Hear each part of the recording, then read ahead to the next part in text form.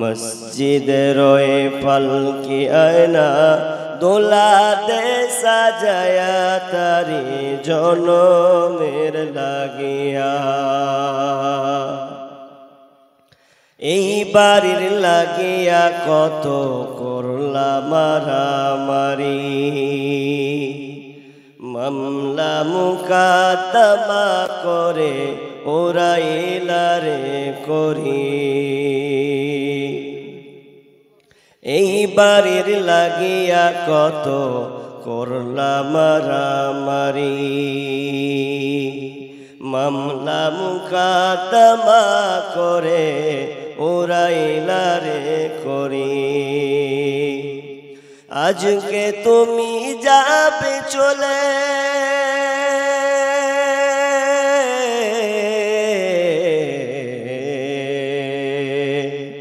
আজকে তুমি যাবে চলে সব কিছু ফেলিয়া।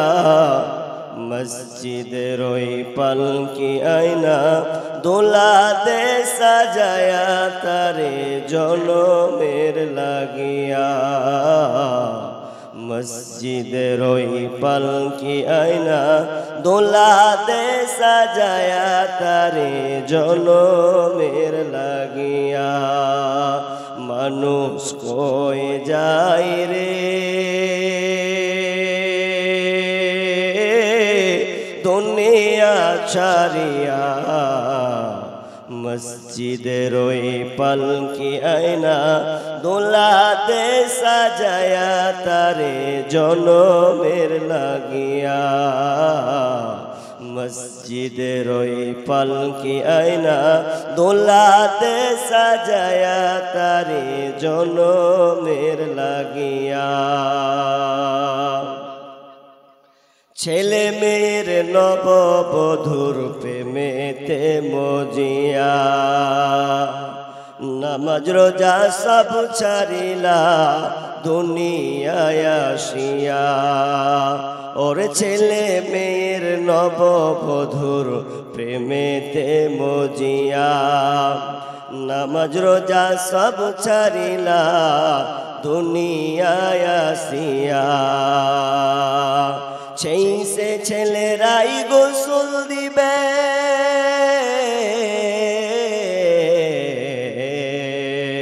সেই ছেলেরাই গোসল দিবে মশারি টাঙিয়া। মসজিদের ওই পালকি আয়না দোলা দে সাজায়া তারে জনমের লাগিয়া। মসজিদের ওই পালকি আয়না দোলা দে সাজায়া তারে জনমের লাগিয়া। মানুষ কই যায় রে দুনিয়া ছাড়িয়া, মসজিদের ওই পালকি আয়না দোলা দে সাজায়া তারে জনমের লাগিয়া। মসজিদের ওই পালকি আয়না দোলা দে সাজায়া তারে জনমের লাগিয়া।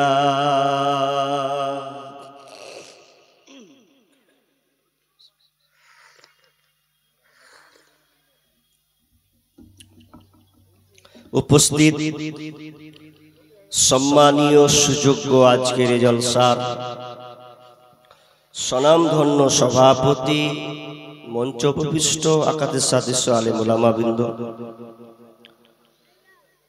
সামনে আমার বিভিন্ন এলাকা থেকে ছুটে আসা ছোট বড় দিনদার ইমানদার মুমিন ভাই সকল এবং পর্দার অন্তরালে প্রজেক্টের মাধ্যমে দেখনেওয়ালি সম্মানিতা মা ও বোনেরা, প্রথমে সেই মহান মুনিবের দরবারে প্রশংসা করি যে মহান মুনিব আমাদেরকে এই মাদ্রাসা কেন্দ্রিক আয়োজিত মাহফিলের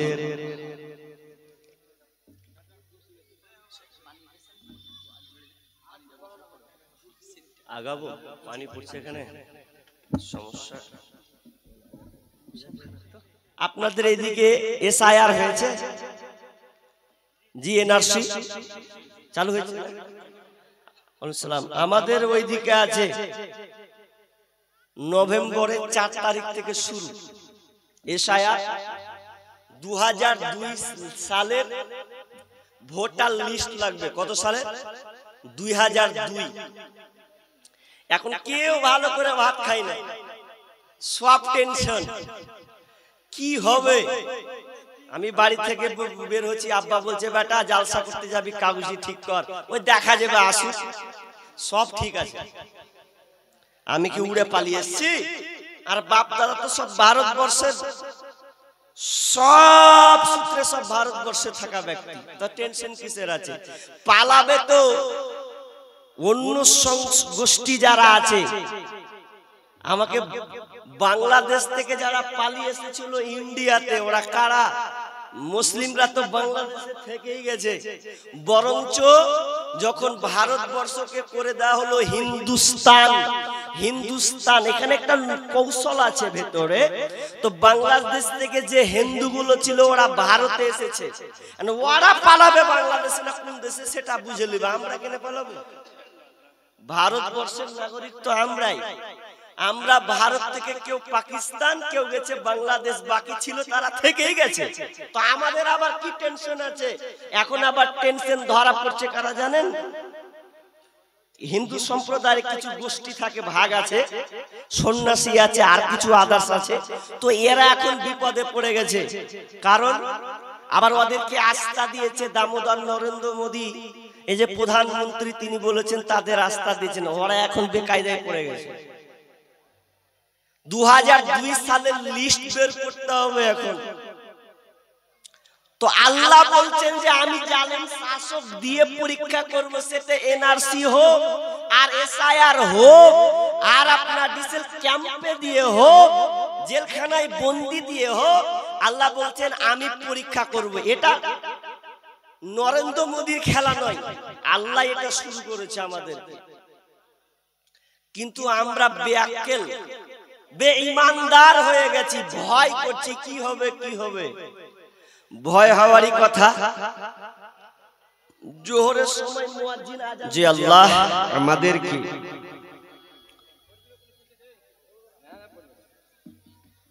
বিভিন্ন আলোচকের মুখ দিয়ে কিছু কোরআন ও হাদিসের আলোচনা শোনা আমলের উদ্দেশ্যে যিনি আমাদেরকে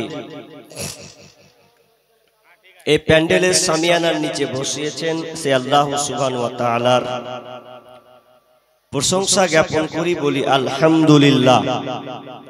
ভাই রাত এখন 12:10, ব্রেনকে সজাগ করতে হবে, ঘুম ঘুম ভাব আসবে। আমরা সবাই একটু উচ্চ স্বরে আল্লাহর প্রশংসা করি, বলি আলহামদুলিল্লাহ। অতঃপর শান্তি বর্ষিত হোক সকল নবীদের উপর, বিশেষ করে আমাদের শেষ নবী জনাবে মুহাম্মদুর রাসূলুল্লাহ। আমরা সকলে বলি সাল্লাল্লাহু আলাইহি ওয়াসাল্লাম। সম্মানিত উপস্থিতি, আপনারা আমার কথা বলে শুনে বুঝতে পারছেন যে আমার গলার কন্ডিশন কতটা খারাপ আছে। এরপরেও আপনাদের পানে এই মাদ্রাসাকে লক্ষ্য করে যেহেতু দাওয়াত নিয়েছি বিধায় আশা, আল্লাহ কবুল করেছেন কিছু কথা বলার, তিনি সুযোগ দিয়েছেন বিধায় আমরা আসতে পেরেছি। এজন্য আল্লাহর কাছে আমি আবারও শুকরিয়া করছি, আলহামদুলিল্লাহ। অতঃপর আমাদের শেষ নবী জনাবে মুহাম্মদুর রাসূলুল্লাহ, আমরা পড়ি সাল্লাল্লাহু আলাইহি ওয়াসাল্লাম। ভাই আমি ভূমিকা টানবো না, যেহেতু আমার শারীরিক কন্ডিশন ভালো নাই, আর আপনারাও 12টা বেজে গেলে আপনাদের মন মানে না, কখন বাড়ি দৌড়াই। কিন্তু কে কে আমার আলোচনা শুনবেন ভালোবাসার খাতিরে অন্তত একটু দেখতে চাই, কারা কারা আমার আলোচনা শুনবেন। একটু যদি হাত তুলে দেখান তাহলে হয়তো ভরসা রাখি। সবাই মাশাআল্লাহ হাত নামান। আল্লাহ আমাদের হাতগুলোকে কবুল করুন, বলুন আমিন। আমি ভাঙা গলা, মানে ভাঙা গলা মানে কি, একবারে ড্যামেজ হয়ে গেছে গলা। আমাকে এখন 2-3 দিন রেস্ট নেওয়া লাগবে। এরপরও কষ্ট করে আমাকে আসতে হলো। আমি সংক্ষিপ্ত, আচ্ছা পড়তে দাও, থাক পড়তে দাও, শীতকে পারবে এই সব সারাবান্তা হুড়া পড়ছে, ছাড়ো। আমার আজকে আলোচ্য বিষয়, চাটা করলে গোলমরিচ দিতে একটু বেশি ভালো হতো। চাটায় যদি গোলমরিচ দিতে একটু বেশি ভালো হতো, লেবু না দিয়ে। চালিয়ে সব বেশি করে হবে না, চা হবে এখন, চা ছাড়া বক্তব্য হবে না।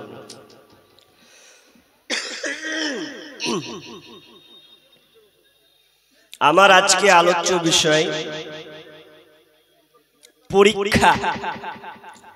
এক আল্লাহ আমাকে পরীক্ষা করেছেন, তো আপনাদের বিষয় দিয়েছি আমি পরীক্ষা। পরীক্ষা এমন একটা সাবজেক্ট, যেই সাবজেক্টে 3টা বিষয় লুকিয়ে আছে। একটার নাম ইজ্জত, একটার নাম বেইজ্জত, আর একটা হবে দরজাত। ইজ্জত, বেইজ্জত, দরজাত, 3টি নিয়ে পরীক্ষা। কেমন? আপনি বা আপনার ছেলে কিংবা মেয়ে স্কুলে যখন মাধ্যমিক পরীক্ষা দেয়, আপনারা মাধ্যমিক বুঝেন তো? মাধ্যমিক, আরে এদিকে লোক বুঝেন? মাধ্যমিক পরীক্ষা ক্লাস 10, তার মানে 10-এ উঠবে, সামনে আসবে মাধ্যমিক। মাধ্যমিক পাস করলে ক্লাসটার নাম হচ্ছে 11, যাকে গোদা বাংলা আমরা বলি উচ্চ মাধ্যমিকের দিকে দৌড়াবে। একটা ছেলে যখন পরীক্ষা দেয়, তো পরীক্ষা দিতে গেলে যদি ছেলেটা ভালো মতো লিখে তাহলে পাস, আর যদি ভালো না লিখে, রেজাল্ট যদি ভালো না হয়, তাহলে কি হবে? ফেল। পাস অথবা ফেল। পাস হলে আনন্দ, ফেল হলে কান্না, আর পাস হলে প্লাস পয়েন্ট, তার নাম হচ্ছে দরজাত, অর্থাৎ উত্তীর্ণ, পরের ক্লাসে সে উঠতে পারবে। তো আল্লাহ আমাদেরকে পরীক্ষা করবেন, কয়টা সাবজেক্টে পরীক্ষা করবেন এটা আল্লাহ কোরআনে বলে দিয়েছেন। সূরা বাকারা 155 নম্বর আয়াত আপনি খুলবেন, আল্লাহ তাআলা বলেছেন, আমি আমার বান্দাকে 5টা সাবজেক্টে তাকে পরীক্ষা করব। এই 5টা সাবজেক্টে যদি সে পাস করতে পারে, তাহলে তার জন্য রয়েছে সুসংবাদ। কারণ ইমানদার হতে গেলে আগে পরীক্ষা লাগবে। তো ছাত্র ভালো না খারাপ পরীক্ষা করলে বোঝা যাবে। তো আল্লাহ বলছেন, আমিও পরীক্ষা করব ভালো এবং মন্দ। এখানে চাটা পড়ে গেল, লিয়া পালিয়ে গেল, লিয়া পালিয়ে হবে, রাখেন যত পারবেন লিয়া আসেন, চা ছাড়া যাবে না। আগে বিসমিল্লাহির রহমানির রহিম।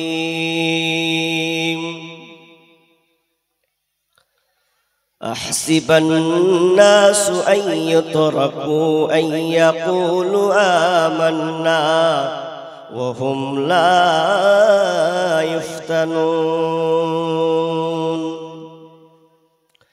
রব্বুল আলামিন সূরা আনকাবুতের 3 নম্বর আয়াতে বলছেন, আহসিবান নাসু আন ইউতরাকু আন ইয়াকুলু আমান্না। আহসিবান নাসু আন ইউতরাকু, তোমাদেরকে ছেড়ে দেওয়া হবে এই বলে যে আমরা ঈমান এনেছি। ক্বালু আমান্না আইয়ুতরাকু, আল্লাহ বলছেন তোমাদেরকে ছেড়ে দেওয়া হবে এই কথা বলে যে আমরা ঈমান এনেছি। আল্লাহ বলছেন তোমরা ঈমান এনেছো আর তোমাদেরকে ছেড়ে দেওয়া হবে এমনটা নয়, বরং তোমাদেরকে পরীক্ষা করা হবে। আহাসিবান নাসু আইয়ুতরাকু আমান্না, তোমরা বলছো আমরা ঈমান এনেছি, তা নয়। আল্লাহ বলছেন তোমাদেরকে আমি পরীক্ষা করব, আর এই পরীক্ষাতে তোমাদেরকে বোঝা যাবে তোমরা কতটা ঈমানদার।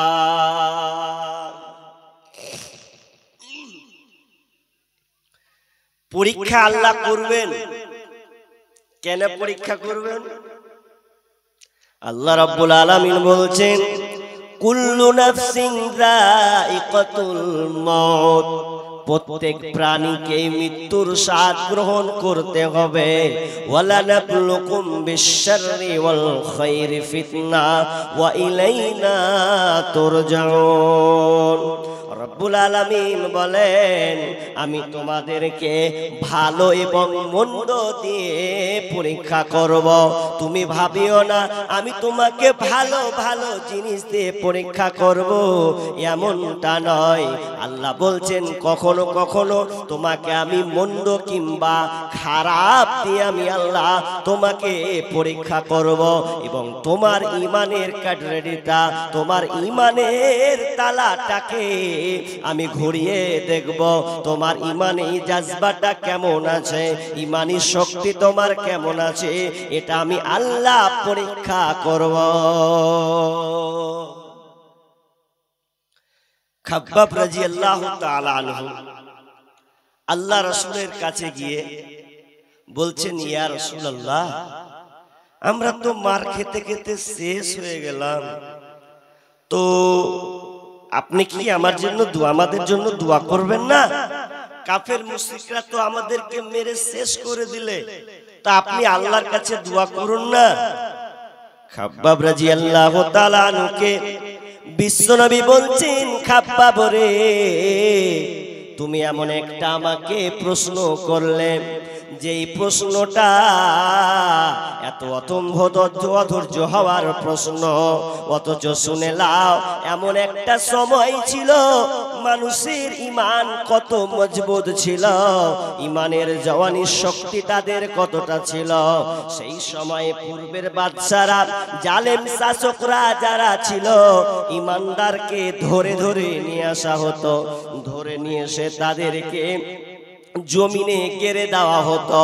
গেড়ে দেওয়ার পর লোহার করাত নিয়ে আনা হতো, আর লোহার করাত নিয়ে এসে মাথার সামনে নিয়ে আসা হতো, আর মাথার সামনে নিয়ে এসে মাথাকে দ্বিখণ্ডিত করে দেওয়া হতো। তার মানে একটা বডিকে দুইটা বডি বানিয়ে দিত, অর্ধেক অর্ধেক করে বানিয়ে দেওয়া হতো। এরপরেও তারা ঈমানকে তারা ছাড়েনি, কষ্টকে মেনে নিয়েছে। শুধু তাই নয় খাব্বাব রে, সেই জমানার ঈমানদারদেরকে কোমর পর্যন্ত পুঁতে দেওয়ার পর লোহার চিরুনি নিয়ে আসা হতো, আর লোহার চিরুনি নিয়ে এসে তাদের শরীর থেকে চামড়াগুলোকে খালিয়ে নেওয়া হতো, চামড়াগুলোকে শরীর থেকে আলাদা করে দেওয়া হতো। এরপরেও তাদেরকে এক চুল পরিমাণ ঈমান থেকে সরাতে পারেনি। তবে খাব্বাব শুনে লাও, এমন একটা সময় আসবে সানা থেকে নিয়ে হাদারাল মউত পর্যন্ত মানুষ একমাত্র আল্লাহ ছাড়া কাউকে ভয় করবে না। এই ভয়টা আর কোনোদিন থাকবে না। খাব্বাব কেন প্রশ্ন করতেন? কারণ খাব্বাবের উপরে চলেছে নির্যাতন, নির্মম নির্যাতন, অত্যাচার চলেছে।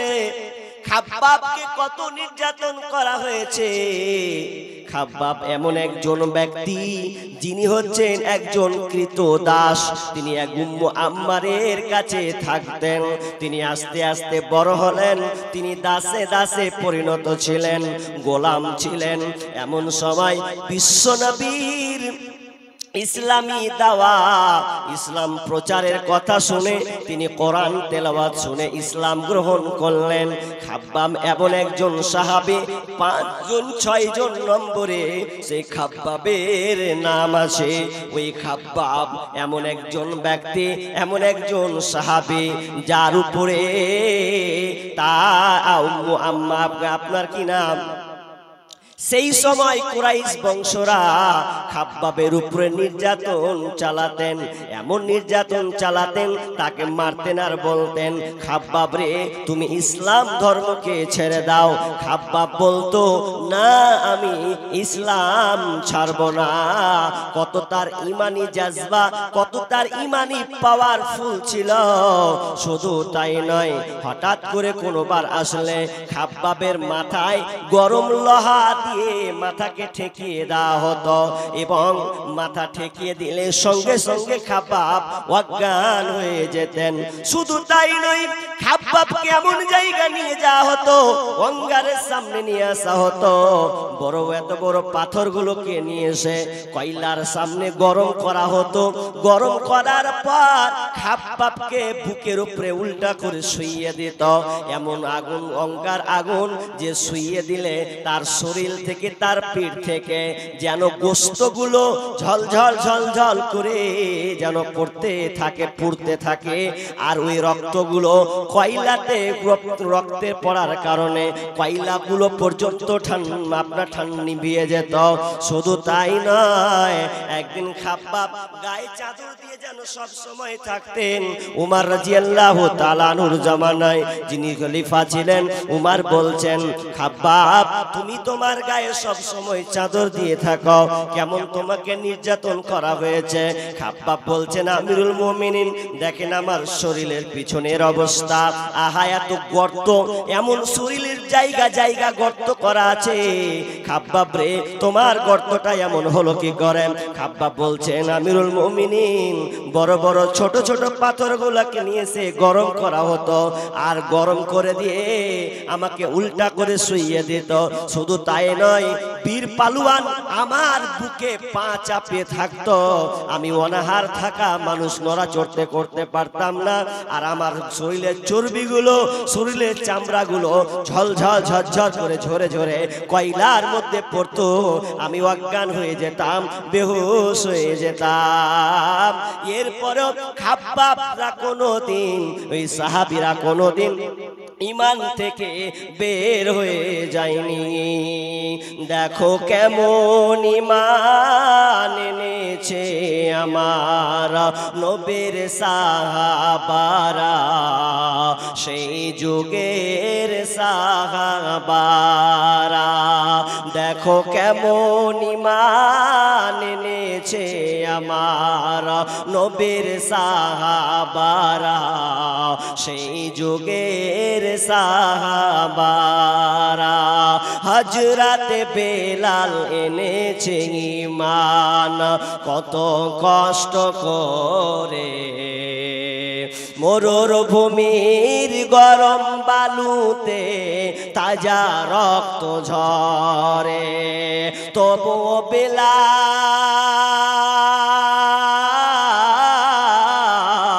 তবুও বেলাল ছাড়েনি ঈমান, পড়ে লা ইলাহা ইল্লাল্লাহ। দেখো কেমন ঈমান এনেছে আমার নবীর সাহাবারা, সেই যুগের সাহাবারা। হযরত খাব্বাব এনেছে ঈমান কত কষ্ট করে, হযরত খাব্বাব এনেছে ঈমান কত কষ্ট করে। কাফেরেরা পাথর মেরে বুকে আঘাত করে, পিছন দিকে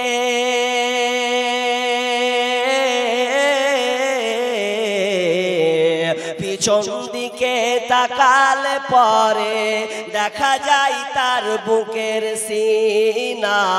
দেখো কেমন ঈমান এনেছে আমার নবীর সাহাবারা, সেই যুগের সাহাবারা। হযরতে হানজালা এনেছে ঈমান কত কষ্ট করে। বিয়ের পরে প্রথম রাত্রে ছিলেন বাসর ঘরে।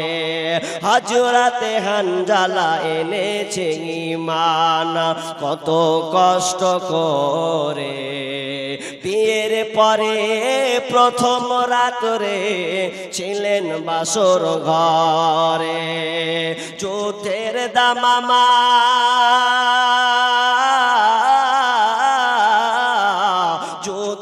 দামামা উঠল বেজে, উঠল না ফরজ গোসল করা।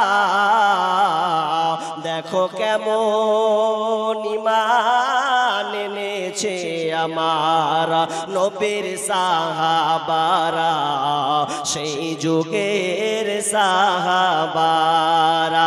দেখো কেমন ঈমান এনেছে আমার নবীর সাহাবারা, সেই যুগের সাহাবারা। এরপরেও খাব্বাব ঈমান ছাড়েনি। हेलो, जिन जिन हजरात को खाना खाना है वो टोकन कटा के खाना खा सकते हैं, खाना बचा हुआ है। और मदरसा मिफ्ताहुल उलूम जोका जलमरे के बच्चे, अगर आपको भूख लगी हो तो आप खाना खा लीजिए, खाना बचा हुआ है। मदरसा हाजा के तमाम तलबा से गुजारिश है कि खाना बचा हुआ है, आप जाके खाना खा लीजिए।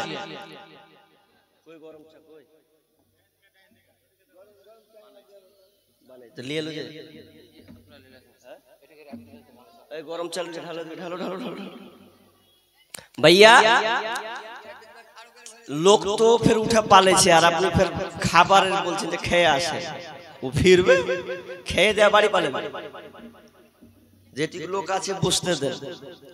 জি ভাই বলছিলাম ঈমান আল্লাহ তাআলা আপনার পরীক্ষা করবেন।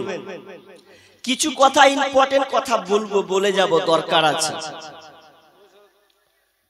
আল্লাহ তাআলা নিজেই বললেন যে তোমাদেরকে আমি 5টা বিষয়ে প্রশ্ন করব, 5টা বিষয়ে তোমাদের আমি পরীক্ষা করব। এই 5টা সাবজেক্টে তোমাদেরকে পাস হতে হবে। চলেন কি কি 5টা পরীক্ষা আপনাদের করবে আল্লাহ বলছেন। বিসমিল্লাহির রহমানির রহিম। ওয়ালা নাবলুওয়ান্নাকুম বিশাইইন মিনাল খাউফ ওয়াল জু' ওয়া নাকসিম মিনাল আমওয়াল ওয়াল আনফুসি ওয়াস সামারাত ওয়া বাশশিরিস সাবিরিন। আল্লাহ রাব্বুল আলামিন বলছেন, ওরে আমার বান্দারে, আমি তোমাদেরকে 5টা বিষয়ে তোমাদেরকে আমি পরীক্ষা করব। এই 5টা পরীক্ষা ভালো এবং মন্দ মিশে থাকবে, কিন্তু তুমি যদি এই 5টার উপরে পাস করে নাও তাহলে তোমার জন্য রয়েছে সুসংবাদ। নাম্বার 1, 1 নাম্বার আল্লাহ আমাদেরকে পরীক্ষা করবেন। ওয়ালা নাবলুওয়ান্নাকুম বিশাইইন মিনাল খাউফ। আল্লাহ বলছেন আমি তোমাদেরকে ভয় ভীতি দিয়ে পরীক্ষা করব। আমি তোমাকে ভয় দিয়ে তোমার ঈমানটাকে আমি যাচাই করে নেব। তোমার ঈমানটা কেমন আছে আমি তোমার মধ্যে ভয় দিয়ে আমি আল্লাহ পরীক্ষা করব। আজি আপনার গে বিহার, এটা বিহার, বিহার ইয়ালাস সালাহ হাইয়া আলাল ফালাহ।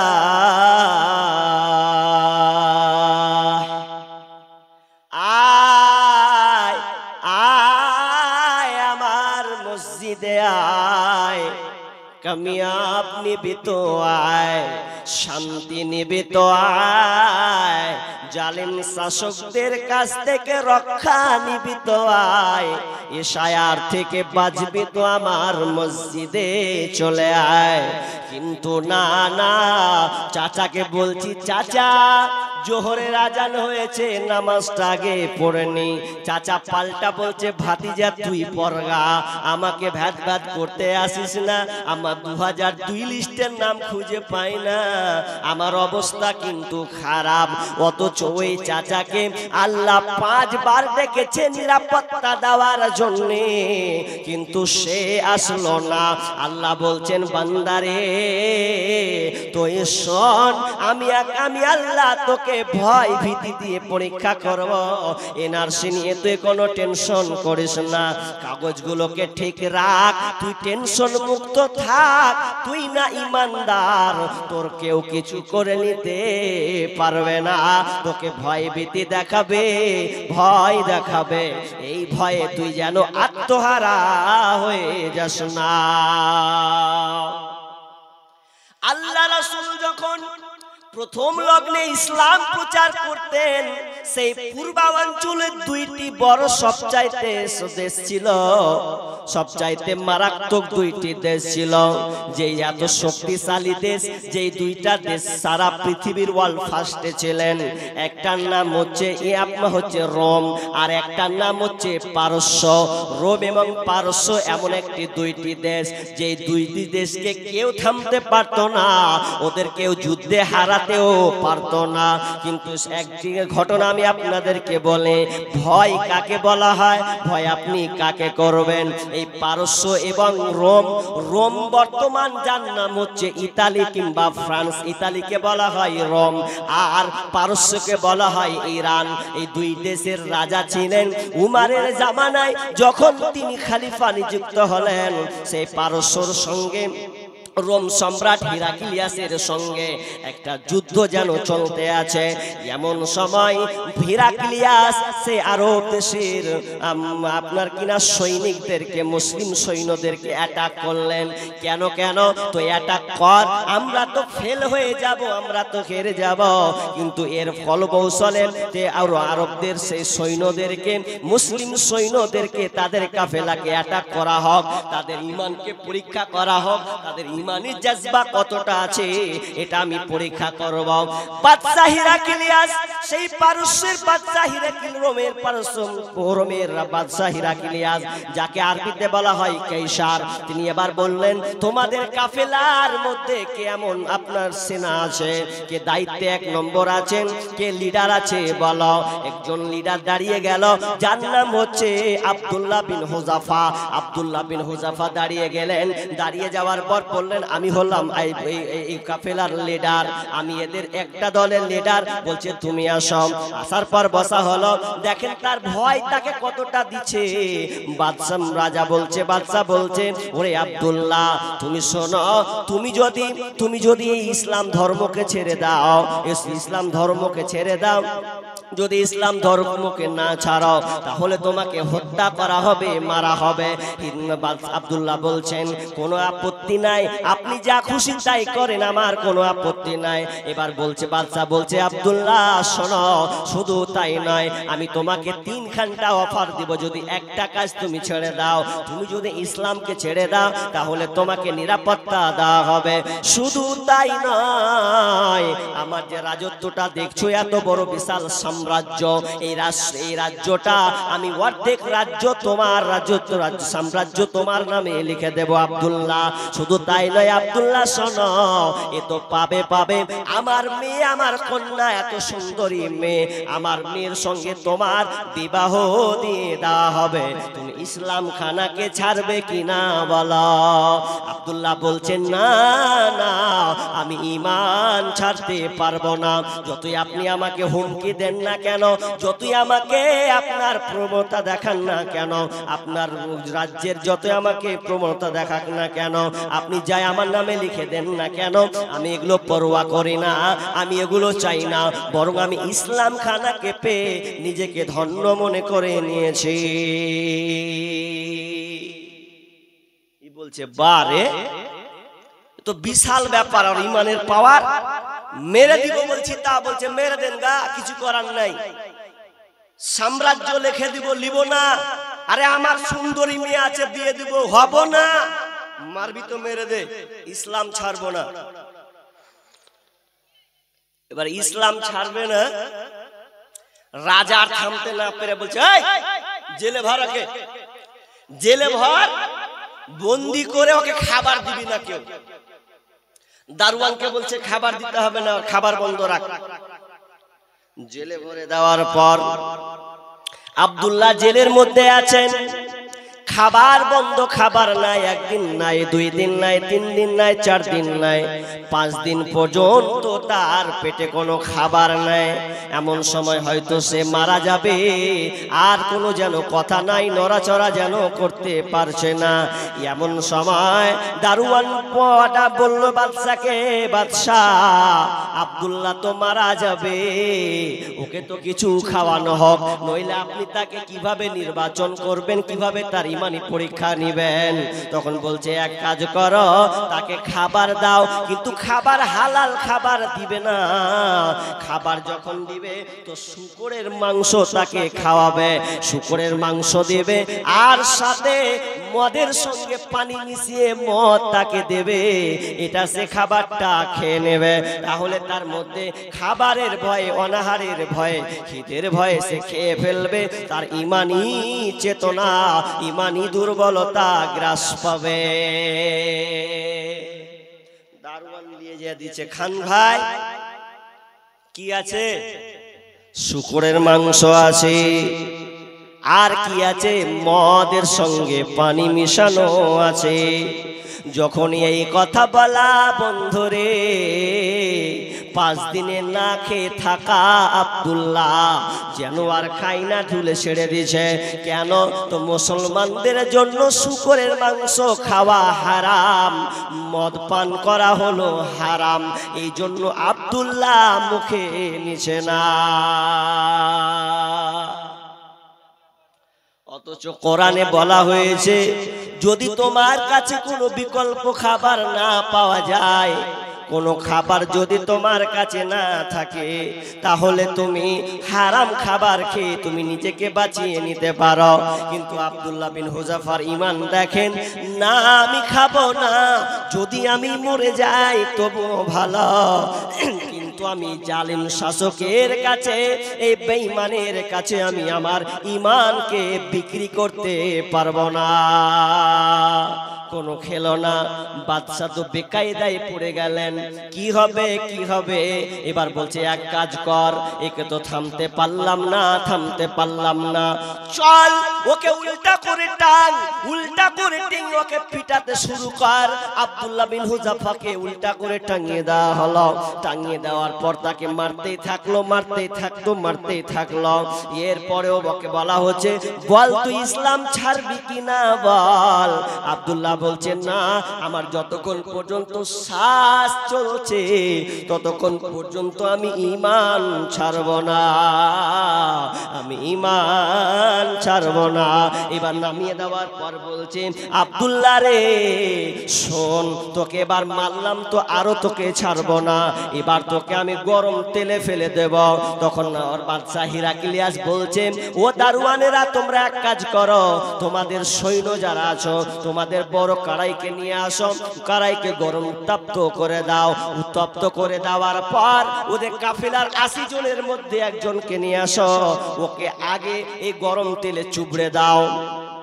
একজনকে নিয়ে আসা হলো, গরম তেল ফট টপ টপ টক বক করে যেন ফুটছে, আর যখনই তাকে যেন ভরে দেওয়া হলো, যেমনই তাকে ওই উত্তপ্ত গরম তেলের মধ্যে যেমন ডুবিয়ে দিয়েছে, গোটা শরীর থেকে ঝরঝর ঝরঝর করে চামড়া, আপনার চামড়াগুলো, গোশতগুলো খসতে পড়েছে, হাড্ডি যেন দেখা যাচ্ছে। এরপরেও বলছে, আব্দুল্লাহ রে ঈমান ছাড়বে কিনা বল, তোকেও এইরকম হালাত করে দেব যেমন তোর সৈন্য সুন্দর সাথী কাফেলার সাথীকে এরকম করে দিলাম, তোকে এরকম গরম টকবকে তেলের মধ্যে ডুবিয়ে দেব, তোর শরীর থেকে ঝরঝর করে মাংস খসে পড়বে। এত তাকে ভয় দেখালেন।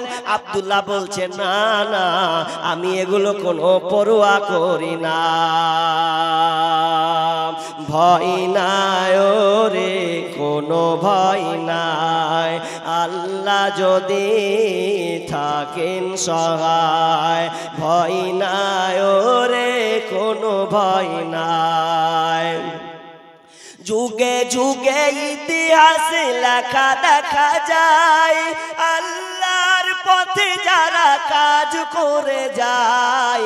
যুগে যুগে ইতিহাসে লেখা দেখা যায়, আল্লাহর পথে যারা কাজ করে যায়।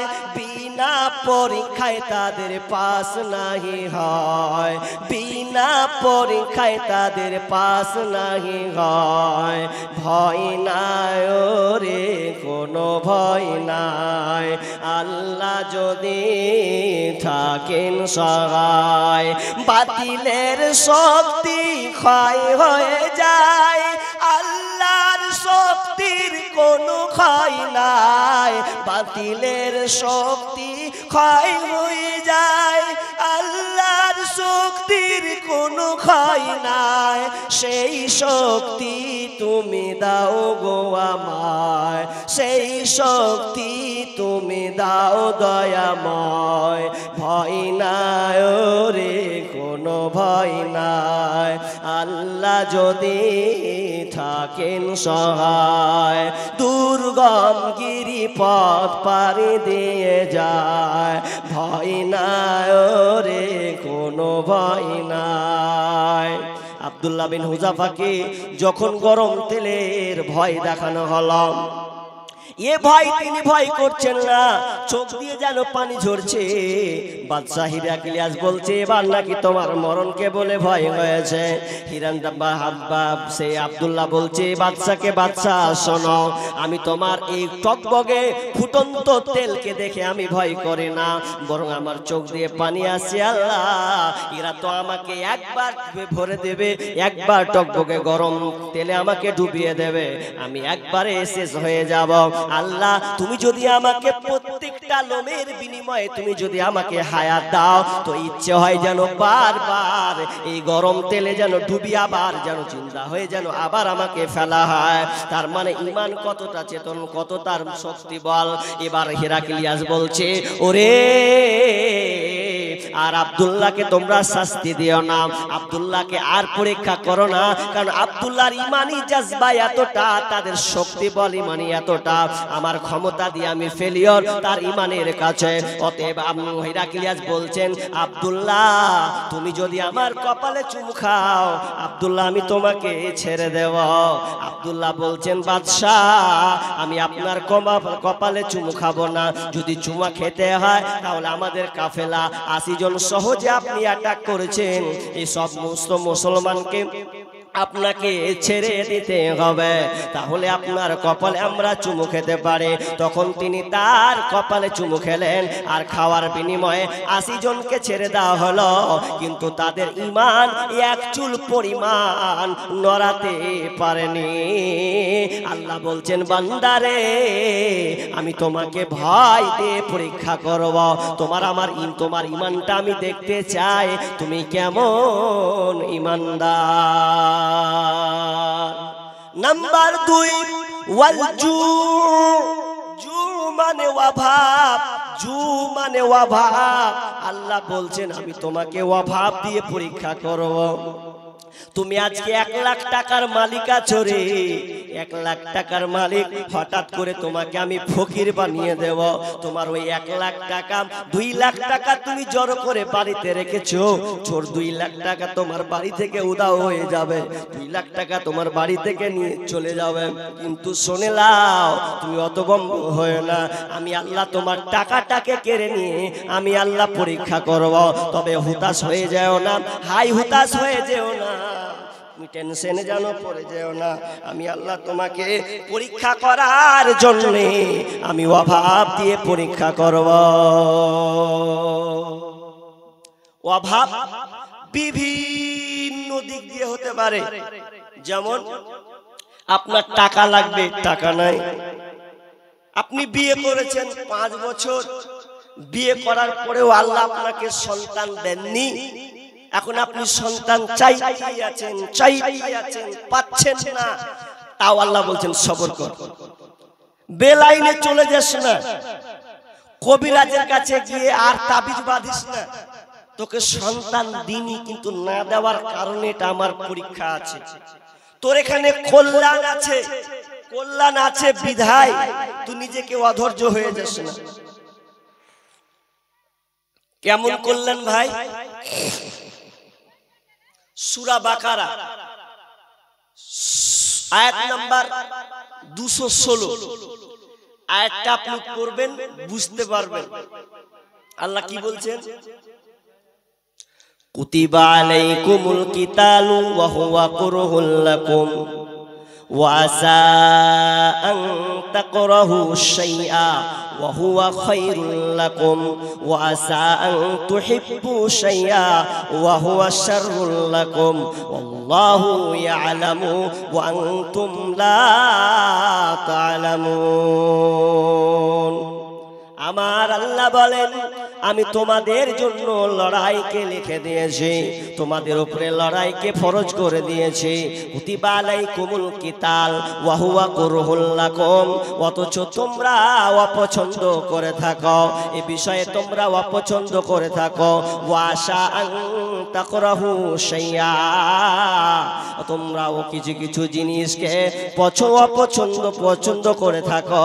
ওয়া হুয়া খায়রুল লাকুম, কি অথচ তোমাদের জন্য এটা কল্যাণকর। তোমরা কোনো বিষয়কে অপছন্দ করো, কিন্তু তোমাদের জন্য আমি আল্লাহ কল্যাণকর লুকিয়ে রেখেছি। আর তোমরা কিছু ওয়াসান তুহিব্বু শাইআ, আর কিছু কিছু বিষয় তোমরা পছন্দ করো। ওয়া হুয়া শাররুল লাকুম, অথচ ওখানে অকল্যাণ লুকিয়ে আছে। আল্লাহু ইয়ালামু ওয়া আনতুম লা তা'লামুন, আল্লাহ বলছেন তোমাদের জন্য আমি যা জানি তোমরা তা জানো না। এই আয়াতটার একটা উদাহরণ দিব, তাহলে আপনি বুঝে নেবেন ঘটনা ছোট করে। কি, একটা লোক সমুদ্রে পাড়ি দিচ্ছে, জাহাজে চড়ে আছে, নাবিক কাজে যাবেন। তো জাহাজে চড়তে এমন সময় এমন একটা ঝড় এলো, ঝড় এসে জাহাজটাকে পাল্টি দিয়ে দিলে।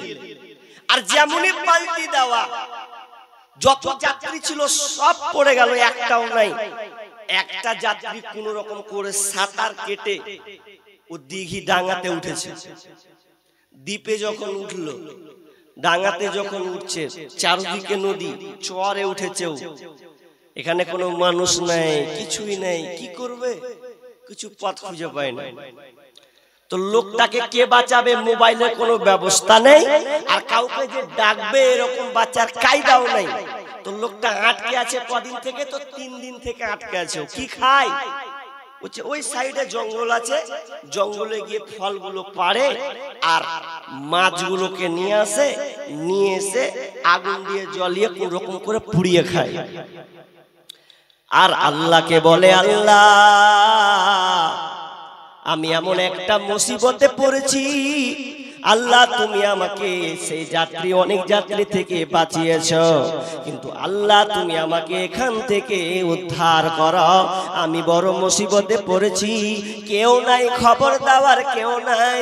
আমি যদি মরে যাই, কেউ যেন খবর পাবে না। এই দোয়া করতে করতে তিনি যেন আগুন জ্বলাচ্ছেন, মাছ ভাজছেন। এমন সময় আগুনটা কোন রকম ঘুমিয়ে গেছেন, আগুনটা জ্বলতে আছে। জ্বলতে এক সবাই তাবুতে যেন ধরে নিয়েছেন। আর যেমনই ধরে নেওয়া, তার ঘুমটা ভেঙে গেছে। আর তাবু যেমন দাও দাও দাও দাও দাও করে যেন জ্বলে উঠেছে। আর যেমনই জ্বলা, লোকটা আবার আল্লাহকে তাচ্ছিল্য করা শুরু করে দিয়েছে। আল্লাহ, এক তো বিপদে পড়েছি, কেউ নাই, আবার তুমি আমার তাবুটাকে জ্বলিয়ে দিলে। আল্লাহ, কি তোমার একটুও দয়া হয় না? একটু কি তোমার মায়া হয় না? কি করে আমি এবার বাঁচব? কে আমাকে রক্ষা করবে? আল্লাহকে তাচ্ছিল্য করছে। ই করতে করতে যখন ও দেখছে অনেক সময় হয়ে গেল, সকাল হয়ে গেছে, চোখ বুজে নিয়েছে, আবার সকাল হচ্ছে, তো এক জায়গা দিয়ে জাহাজ চলে আসছে। তো জাহাজটা আসছে কোথা, যাবে উল্টা দিকে, তো যাবে ওর দিকে আসছে। এ তো দেখে মাথা খারাপ, আরে জাহাজ আমার দিকে আসছে মনে। যেমনি জাহাজ আসা, ব্রেন কিন্তু তার কাজ করে না, কি হয়েছে? এবার নাবিকরা যখন এসে বলছেন, ভাই তোমাকে উদ্ধার করার জন্য আমরা এসেছি।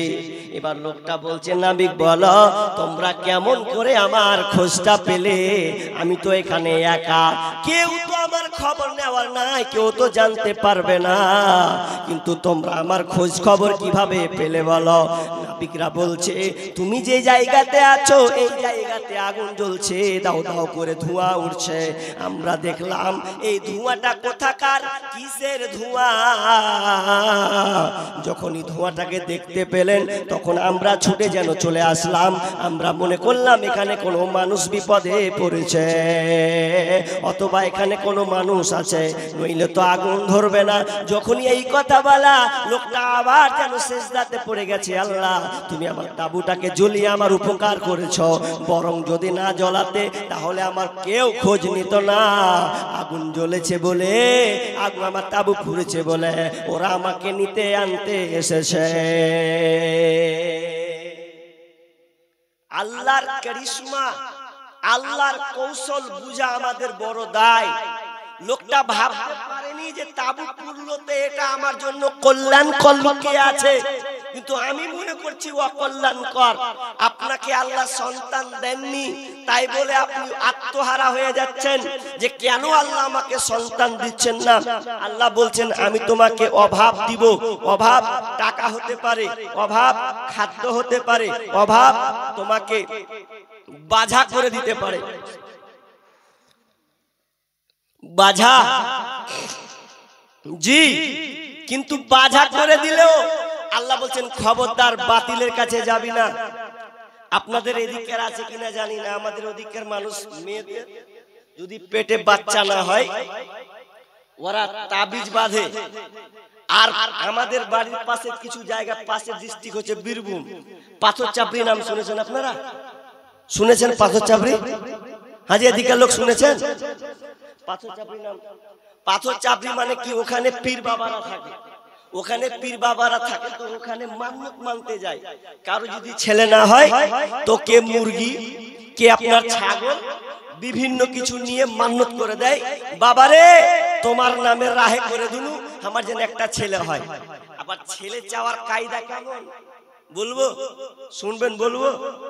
ছেলে চাওয়ার কায়দা, সামনে ওই পাথর চাপড়ির সামনে বাবার সামনে বসে যাবে আর বলবে, একটা ছেলে দে রে বাবা মিন্নতি করি তোর দরবারে, একটা ছেলে দে রে বাবা মিন্নতি করি তোর দরবারে, যদি মরা পাতা পরে গাউসের উপরে, যদি মরা পাতা পরে গাউসের উপরে, ছেলে হবে রে বাবা যাবে মোরে, যদি জিন্দা পাতা পরে গাউসের উপরে, যদি টাটকা পাতা পরে গাউসের উপরে, ছেলে হবে রে বাবা যাবে বেশি। আর সাইদের মালটা বলছে আয়া হারে আয়া হারে, এরকম। এটা হলো শয়তান, মানে ওরা চাইবে এরা গুলবে আর বলবে লে এবার কাজ হয়ে গেছে তোদের। আচ্ছা ওই রকম করে সন্তান দিতে পারে? সন্তান দেওয়ার মালিক কে? আল্লাহ। আল্লাহ বলছেন লিল্লাহি মুলকুস সামাওয়াতি ওয়াল আরদ ইয়াখলুকু মা ইয়াশাউ ইয়াহাবু লিমান ইয়াশাউ ইনাসা ওয়া ইয়াহাবু লিমান ইয়াশাউ যুকুরা আও ইউযাব্বিজুহুম যুকুরানা ওয়া ইনাসা ওয়া ইয়াজআলু মান ইয়াশাউ আকিমা। আল্লাহ রাব্বুল আলামিন বলছেন আসমান জমিনের রাজত্ব তো আমারে, আমি যেটা চাই সেটাই হয়, আমি যেটা সৃষ্টি করি সেটাই হয়। আমি আল্লাহ যাকে চাই তাকে কন্যা সন্তান দান করে, কাউকে আবার পুত্র সন্তান দান করে। আও ইউযাব্বিজুহুম যুকরানা ওয়া ইনাসা, আমি আল্লাহ যাকে চাই পুত্র কন্যা উভয় দান করে। ওয়া ইয়াজআলু মান ইয়াশাউ আকিমা, আর আমি আল্লাহ যাকে চাই তাকে বন্ধা করে দিই, বাঁধা করে দিই। মা রে, বোন রে, তুমি তুমি কারিশমা লাগাও না কেন, আল্লাহ যদি কবুলিয়াত না হয়, আল্লাহ যদি কবুল না করে, তাহলে তোমার পেটে সন্তান আসবে না, আসবে না। কিন্তু বেটি ছেলের কথা শুনে আর একবার গা জ্বলে গেছে। আপনার কে দিকের বেটি ছেলে ভালো, আমার কে দিকের বেটি ছেলে ধুলিয়ান হসপিটালে দুটা মেয়ে পাশাপাশি আছে, আর গল্প ধরিয়ে দিয়েছে। ওই বুবু ওকে ঠেলছে, ওকে ঠেলছে, দিয়ে বলছে বুবু জানিস এখনকার জামানাতে কবিরাজ গালা কো আল্লাহ কইতে হবে। বলছে কেন কেন রে বুবু, কবিরাজ কো ফের আল্লাহ কইতে হবে, এটা কোন কথা?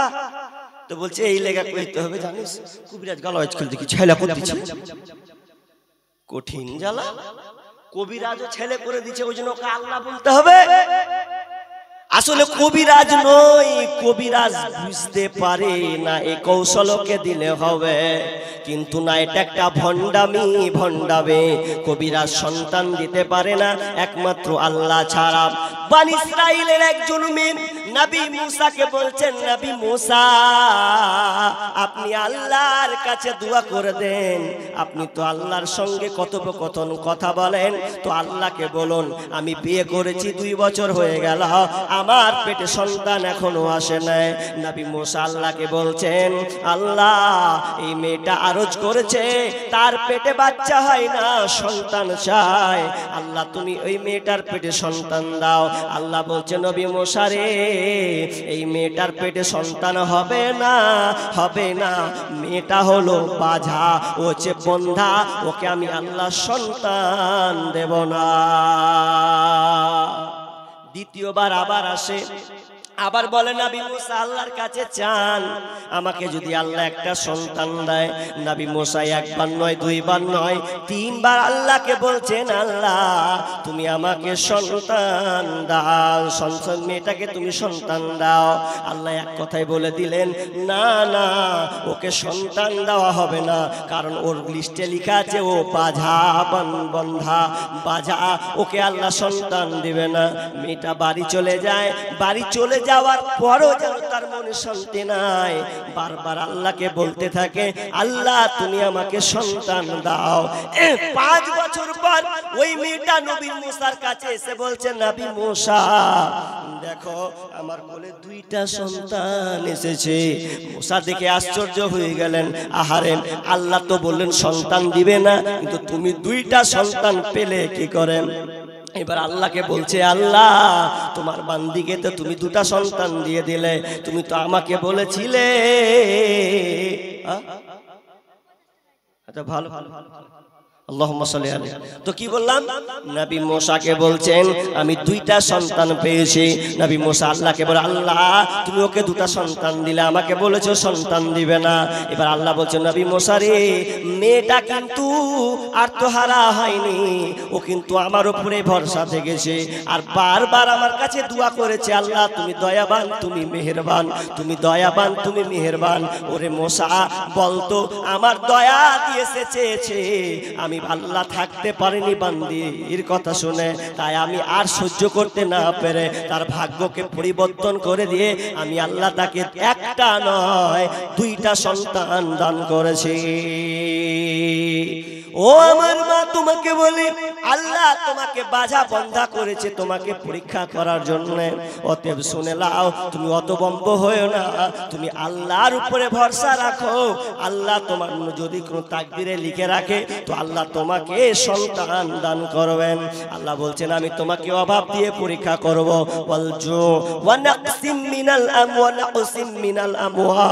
আল্লাহ বলছেন আমি তোমাকে ধন সম্পদ দিয়ে আমি আল্লাহ পরীক্ষা করব। ধন সম্পদ টাকা পয়সা দিয়ে আল্লাহ বলছেন তোমাকে আমি পরীক্ষা করব। ধন সম্পদ, এই যে কদিন বৃষ্টি হলো, আপনাদের এদিকে ক্ষয়ক্ষতি কেমন হয়েছে জানি না। আমাদের 29 তারিখে বিশাল ঝড়, বৈকাল সন্ধ্যার আগে থেকে নিয়ে মাগরিবের একটু আগে 29 তারিখ এমন জোরে ঝড় আর এমন বৃষ্টি, পুরো মাঠকে নদী বানিয়ে দিয়েছে। পুরো মাঠ নদী, ফসল একটাও তলে চলে গেছে। কত বড় পরীক্ষা। আর আপনাদের এদিকে কি হয়েছে জানি না। তো আমাদের অবস্থা খুবই খারাপ। আমার বাড়ির পিছনে এতখানি করে পানি, ভাবছি বাড়ি ছেড়ে যাবো কি করে, আল্লাহ ওয়াজ করতে বাড়িতে থাকতে হবে মনে হয়। তো এতটা পানি, তো আল্লাহ বলছে বান্দা আমি তোমার মালকে পরীক্ষা করব, তোমার ধন সম্পদ কে আমি আল্লাহ পরীক্ষা করব, কিন্তু পরীক্ষাতে তোমাকে পাস হতে হবে। পাস হলে হবে না, তোমাকে আজকে আমি টাকার মালিক করেছি, টাকার মালিক করেছি, এই টাকার মালিক দেখে তুমি হতহারা হয়ে যেও না। আল্লাহ আমি পরীক্ষা করব। কেমন?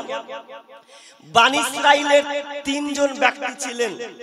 একটার নাম হচ্ছে কুষ্ঠ রোগী, যাকে বলা হয় কুষ্ঠরোগী মানে ঘা পচড়া, সারা শরীরে ঘা। আর একটা লোক হচ্ছে, তার নাম হচ্ছে টেকো। টাকপরা বুঝেন আপনারা? টাকপরা কাকে বলে? মাথা টাকলা, যার চুল নাই, ও হচ্ছে টেকো, টাকপরা যাকে বলা হয়। আর একটা লোক হচ্ছে ওয়ান্ধ। ওয়ান্ধ তো ওয়ান্ধ 3টা লোক। আল্লাহ বলছেন যা ওদের একটু দেখ কি চাইছে ওরা। ফেরেশতা এসে বলছেন কুষ্ঠরোগী যার ঘা পচড়া, গোটা শরীরে ঘা, ওকে বলছে কি খবর দোস্ত, কি খবর? বলছে কি আর খবর, যে আল্লাহ আমাকে ব্যারাম দিয়েছে, গোটা শরীরে পচা ভরে গেছে, কেউ আমার দিকে তাকায় না, দুর্গন্ধে টিকতে পারে না, সব পালিয়েছে। বলছে কি করতে হবে?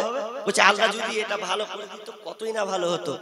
তো লোকটা হাত বুলিয়ে দেওয়া, তেমনি একদম সুন্দর শারীরিক গঠন, পরিপূর্ণ শরীর সে ফিরে পেল। ফিরে পাওয়ার বলছে পুরো আমার শরীর সুস্থ। এবার লোকটা বলছে আচ্ছা তুমি কি ভালোবাসো গো? বলছে আমি কি ভালোবাসি, আমি উট ভালোবাসি, উট। তাকে একটা উটনি দিল। ঘটনাটা লম্বা আছে, শর্টকাটে বলছি। উটনি দিল। উটনি দেওয়ার পর চলে গেল লোকটা। আল্লাহ তোমার মালে বরকত দিক, চলে গেল। যে টাক পরা টেকো, মাথার চুল নেই, যার অল্প বয়সের মাথার চুল নেই, ওকে বিয়ে করবে কেউ? যে মাথা খারাপ, চুল নেই, তোকে কে স্বামী বানাবে? ওই জন্য আমার বিয়ে হয় না, আর আমার দিকে ভালো করে কেউ তাকায়ও না। যদি চুলটা গজে ভালো, বীর পুরুষের মতন লাগবে, যুবক লাগবে, ঠিক আছে। বুলিয়ে দেওয়া হলো। বুলিয়ে দেওয়ার পরে শরীর সুন্দর, সে চুল ফিরে পেল, তার দেহ গঠন সুন্দর হয়ে গেল। এবার তাকে বলা হলো ভাই তুমি কি ভালোবাসো বলো? তো বলছে আমি গাই ভালোবাসি। তাকে গাভী দেওয়া হলো, বাচ্চা সহ একটা গাভী দেওয়া হলো। দিয়ে বললে আল্লাহ তোমাকে বরকত দান করুক। 3য় জনের কাছে চলে গেলেন। 3য় জনের কাছে গিয়ে একজন অন্ধ ব্যক্তি, যে চোখে দেখতে পায় না পৃথিবীর আলো কেমন, জন্মগতভাবে সেই অন্ধ। এবার লোকটাকে বলছে ভাই তুমি অন্ধ মানুষ, তুমি কি চাও বলো? তো বলছে যে আমার যদি চোখটাকে ফিরিয়ে দেওয়া হয়, তাহলে দুনিয়ার আমি আলো দেখতে পাবো, মা বাবাকে দেখতে পাবো, এক কথায় চলাফেরা আমার সুন্দর হবে, সব কিছু আমার প্রকাশ পাবে। লোকটাকে চোখে হাত বুলিয়ে দিল, চোখটা তার ভালো হয়ে গেল, চক্ষু সে ফিরে পেল। এবার তাকে বলা হলো তুমি কোন জিনিসটা ভালোবাসো? তো বলছে আমি ছাগল ভালোবাসি। তাকে একটা ছাগল দেওয়া হলো, গাভী ছাগল তাকে দান করা হলো। দিয়ে পর দোয়া করে দিয়ে বলছে যা ঠিক আছে, আল্লাহ তোমাকে বরকত দান করো। এবার আল্লাহ বলছেন কয়েক বছর পর আল্লাহ বলছেন ফেরেশতারে এবার যা ওই 3 জনকে পরীক্ষা কর, দেখ তো তাদের অবস্থা কেমন আছে। মাল তো আমি আল্লাহ দিলাম, এবার পরীক্ষা কর। শুনেন একটা কথা বলি আপনাকে, মিডিলে কথাটা বলার আগে, আপনাকে আল্লাহ টাকার মালিক করেছে, 10 বিঘার জমির মালিক বানিয়েছে, কত বিঘা ধান লাগিয়েছেন, কত কিছু লাগিয়েছেন। মনে রাখবেন আপনার দুয়ারের সামনে যদি কোনো মানুষ আছে, ফিরিয়ে দিবেন না। সেখানে মাদ্রাসার কোনো লোক হোক, কোনো মৌলানা হোক, কোনো মলবি হোক, কোনো অসহায় লোক হোক, যদি কেউ কিছু চাইতে আসে ফিরিয়ে দেবেন না, চেষ্টা করবেন। কারণ লোকটা হয়তো মানুষ রূপে আছে, হতে পারে আল্লাহ তাকে ওই রূপ ধারণ করে আপনার বাড়িতে পাঠিয়েছে আপনার মালকে পরীক্ষা করার জন্য। জি, পরীক্ষা করার জন্য হতে পারে। মনে করিয়েন না যে এ মার এই তো জুব্বা পরে আছে, ই আছে, মানে কে না যাও না, এটা আল্লাহ আপনাকে পরীক্ষা করতে পারে। জি, অনেক সময় এটা হয়। একটা ঘটনা, একটা লোক এলো খেতে, ওকে খেতে দিল, সুন্দর করে খেতে দেওয়ার পরে লোকটাকে আবার কিছু দিবে এরকম তার মনে বাসনা, তো 1 মিনিট হয়নি, আরে হাফ সেকেন্ড মাত্র হয়েছে, লোকটাকে যদি এবার তাকাচ্ছ আর লোকটাকে দেখতে পাই কে ছিল লোকটা। আল্লাহ মাঝে মধ্যে পরীক্ষা করে। আরে মওলানা দিয়েও আপনাকে পরীক্ষা করবে, আপনার কাছে চাইতে পাঠা হবে, না হলে আপনি যদি ফেলিওর হয়ে যান, বুঝি বলেন নেই কিছু আছে তার উপরে নেই বলছেন, আল্লাহ বলছেন সামনে বছর আসবে তো ধানের কুকুরি সবচেয়ে 12টা বাজবে, তোর এই হালাত ধানের 12টা আবার বাজিয়ে দেব, এরকম হয় না? কত হাদিস নেবেন, কত ঘটনা পড়ে আছে। জি না, মাদ্রাসাওয়ালা চাইতে আসলে, মসজিদওয়ালা চাইতে আসে, ইয়াতিম চাইতে আসলে, অসহায় মিসকিন চাইতে আসলে পারলে দেন, না পারলে ভালো ভাষা দিয়ে বুঝিয়ে তাকে বিদায় দেন। আপনি মস্করা ঠাট্টা করে তাকে তাড়িয়ে দিবেন।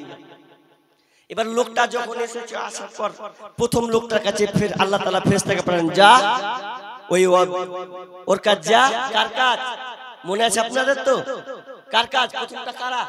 কে কোন লোকটা? জি, কুষ্ঠরোগী, ঘা পচড়া ভর্তি। ওকে বলছে, ভাই ফেরেশতা পরীক্ষা করছেন মানুষের নিয়ে, ভাই খুব গরিব, অনেক দূর বাড়ি, তো মনে করছিলাম বাড়ি যেতে অনেক সময় লাগবে, আমার সওয়ারি নাই, তো তুমি আমাকে একটা উট দিবে। একটা উট দাও, তোমাকে আল্লাহ হাজার হাজার উট দিয়েছে, একটা উট থেকে ওকে আল্লাহ হাজার হাজার উট দিয়েছে, একটা উট দাও, সামান্য একটা। কি বলছে জানেন? কাল থেকে পেয়েছি উট, আর তোকে আমি একটা উট দিয়ে দেবো, চারটিখানি কথা বলছে। দেখেন আল্লাহ আপনাকে অনেক উট দিয়েছে, উত্তর দিচ্ছে আমি বাপ দাদার কাল থেকে পেয়েছি। আল্লাহ আবার কিসের উট? আমি নিজে মেহনত করে আমার বাপ দাদার কাল থেকে পেয়েছি। এবার ওই ফেরেশতা বলছে, ওই লোকটি বলছে, ফেরেশতা রূপ ধারণ, মানুষের রূপ ধারণ করে বলছে, শোন তুই তো সেই ব্যক্তি, যেই ব্যক্তি তুই কুষ্ঠরোগী, তোর ঘা পচরা ছিল, লোক তোকে ঘৃণা করতো, কেউ তোর কাছে বসতো না, তোর শরীরে মাছি পোকা বসতো, সেই লোক তোকে আল্লাহ টাকাওয়ালা করেছে, উটের মালিক বানিয়েছে। আজ তুই উটের মালিক হয়েছে, আমি তোর কাছে একটা উট চাইতেছি, তুই দিলি না, বাপ দাদার দুহাই দিলে। তবে শুনেলে আমি কোনো মিসকিন নয়, আমি হলাম ফেরেশতা, আল্লাহ আমাকে পরীক্ষা করার জন্য পাঠিয়েছে। তুই উট দিলি না, তবে শুনেলে আমি তোকে আবার বদদুয়া দিয়ে দিলাম, তুই যেমন আগে ছিলি তেমন হয়ে যা। যেমনই বলা সঙ্গে সঙ্গে লোকটা আবার কুষ্ঠরোগীর মতন হয়ে গেল, গোটা শরীর যেন পচাতে ভর্তি হয়ে গেল, আগের মতন মাছি ভ ভ করে তার গায়ে বসতে লাগলো, দিয়ে রিটার্ন চলে গেল। এবার চলে গেল টেকোর কাছে, টেকোর কাছে গিয়ে বলছেন, ভাইয়া খুব বিপদে পড়েছে, একটা আমার গাই দরকার, গরুর দরকার, যদি আমাকে দিয়ে দাও একটা তো খুব ভালো হয়। একই কথা বাপ দাদা দিয়েছে, আল্লাহ আবার কোথায়? বাপ দাদার কাল হতে পেয়েছি, নিজের পরিশ্রম করে এতগুলা করেছি, না তোমাকে দিব না, যাও ভেগে যাও এখান থেকে। তখন ওই লোকটি বলছে, শুনে নাও, আমি কোনো মানুষ নই, আমি হলাম ফেরেশতা, আল্লাহ আমাকে পাঠিয়েছে, তুমি বাপ দাদার দুহাই দিলে, আর তুমি এমন একজন ব্যক্তি ছিলে, তুমি ছিলে টেকো, তোমার মাথায় চুল ছিল না, তোমাকে কেউ ভালো নজরে দেখতো না। তবে শুনে নাও, আল্লাহ তোমাকে যেমন আগে বানিয়েছিল টেকো, ওই রকম যেন বানিয়ে দেয়। যেমনই বলা সঙ্গে সঙ্গে তার আবার টাক পরাসে হয়ে গেল, আগের মতন হয়ে গেল। নাম্বার 3, 3 নম্বর ব্যক্তি অন্ধ ব্যক্তি। অন্ধ ব্যক্তির কাছে গিয়ে বলছে, ভাইয়া আপনি তো ছিলেন অন্ধ ব্যক্তি। বলছে, হ্যাঁ আমি আপনার কাছে এসেছি, আমি এ বিপদে পড়েছি, একটা ছাগল দরকার। সঙ্গে সঙ্গে টেকো অন্ধ ব্যক্তি বলছেন, ভাই তুমি একটা ছাগল নেবে, তুমি একটা ছাগল চেয়েছো না, আমি চাই না আমি তোমাকে বাধা দেই, কারণ এগুলো আমি পাইনি, আল্লাহ আমাকে এগুলো দান করেছে। অতএব তুমি আমার ছাগলের পাল দেখতে পাচ্ছ, তোমার জয়টা মন তয়টা তুমি নিয়ে চলে যাও। আল্লাহ আমাকে দিয়েছে, আল্লাহ আমাকে দিয়েছে, আর আমি তোমাকে দেব না, এটা হয় না। তোমার জটা মন তটা নিয়ে চলে যাও, আমি বাধা দেব না। যেমন এই কথা বলা ফেরেশতার সঙ্গে সঙ্গে বলছে, তোমাদের তিনজনের মধ্যে তুমি পাস করে নিলে, তোমাকে পাস করে দেওয়া হলো, কারণ তোমার ইমানই আল্লাহ পরীক্ষা করলেন তোমার ধন সম্পদ দেখে। অতএব অন্ধ ব্যক্তি তুমি পাস করে নিয়েছো, আমি তোমার মান নিব না, কারণ আমি কোনো মানুষ নয়, আমি হলাম একজন ফেরেশতা। জি, তাহলে আপনার মাল নিয়ে আপনি গর্ব করতে পাবেন না। আপনাকে আল্লাহ ধন সম্পদ দিয়েছে পরীক্ষা করার লেগে, কারণ আল্লাহ বলছেন আল মাল ওয়াল বানুনা, ছেলে সন্তান ধন সম্পদ এগুলো হচ্ছে তোমার জন্য জিনাত। আর আল্লাহ বলছেন আন্নামা আমওয়ালুকুম ওয়া আওলাদুকুম ফিতনা। আল্লাহ বলছেন তোমার ধন সম্পদ বিবি সন্তান এগুলো হচ্ছে একটা পরীক্ষা, পরীক্ষা করার জন্য আমি আল্লাহ দিয়েছি। ভাই উঠিয়েন না, 5টা গোনা হয়নি তো? কয়টা হয়েছে গো? 3টা হয়েছে না? 3টা হয়েছে। আমওয়াল ওয়ানাকসিম মিনাল আমওয়াল ওয়াল আনফুসি ওয়াস সামারাত। ওয়াল আনফুস আল্লাহ বলছেন তোমার জান নিয়ে পরীক্ষা করব, তোমার বিবিকে নিয়ে নিব, তোমার মেয়েকে নিব, তোমার ছেলেকে নিয়ে নিব, কখনো তোমার বাপকে নিয়ে নিব তোমার চোখের সামনে, তোমার মাকে আমি নিয়ে নেব তোমার চোখের সামনে, এটা পরীক্ষা করার জন্য। ওয়াল আনফুস ওয়াস সামারাত, এবং তোমাকে ফসল ফল ফলাদি দিয়ে পরীক্ষা করব। তোমার গাছে আম হয়েছে, এবার বিঘা বিঘা মানে অনেক মাঠ বাগান নিয়েছো, একটাও আম থবো না, সব ধসিয়ে দেব। তুমি 20 বিঘা জমি চাষ করেছো ধান, আমি ধান তোমার রাখবো না।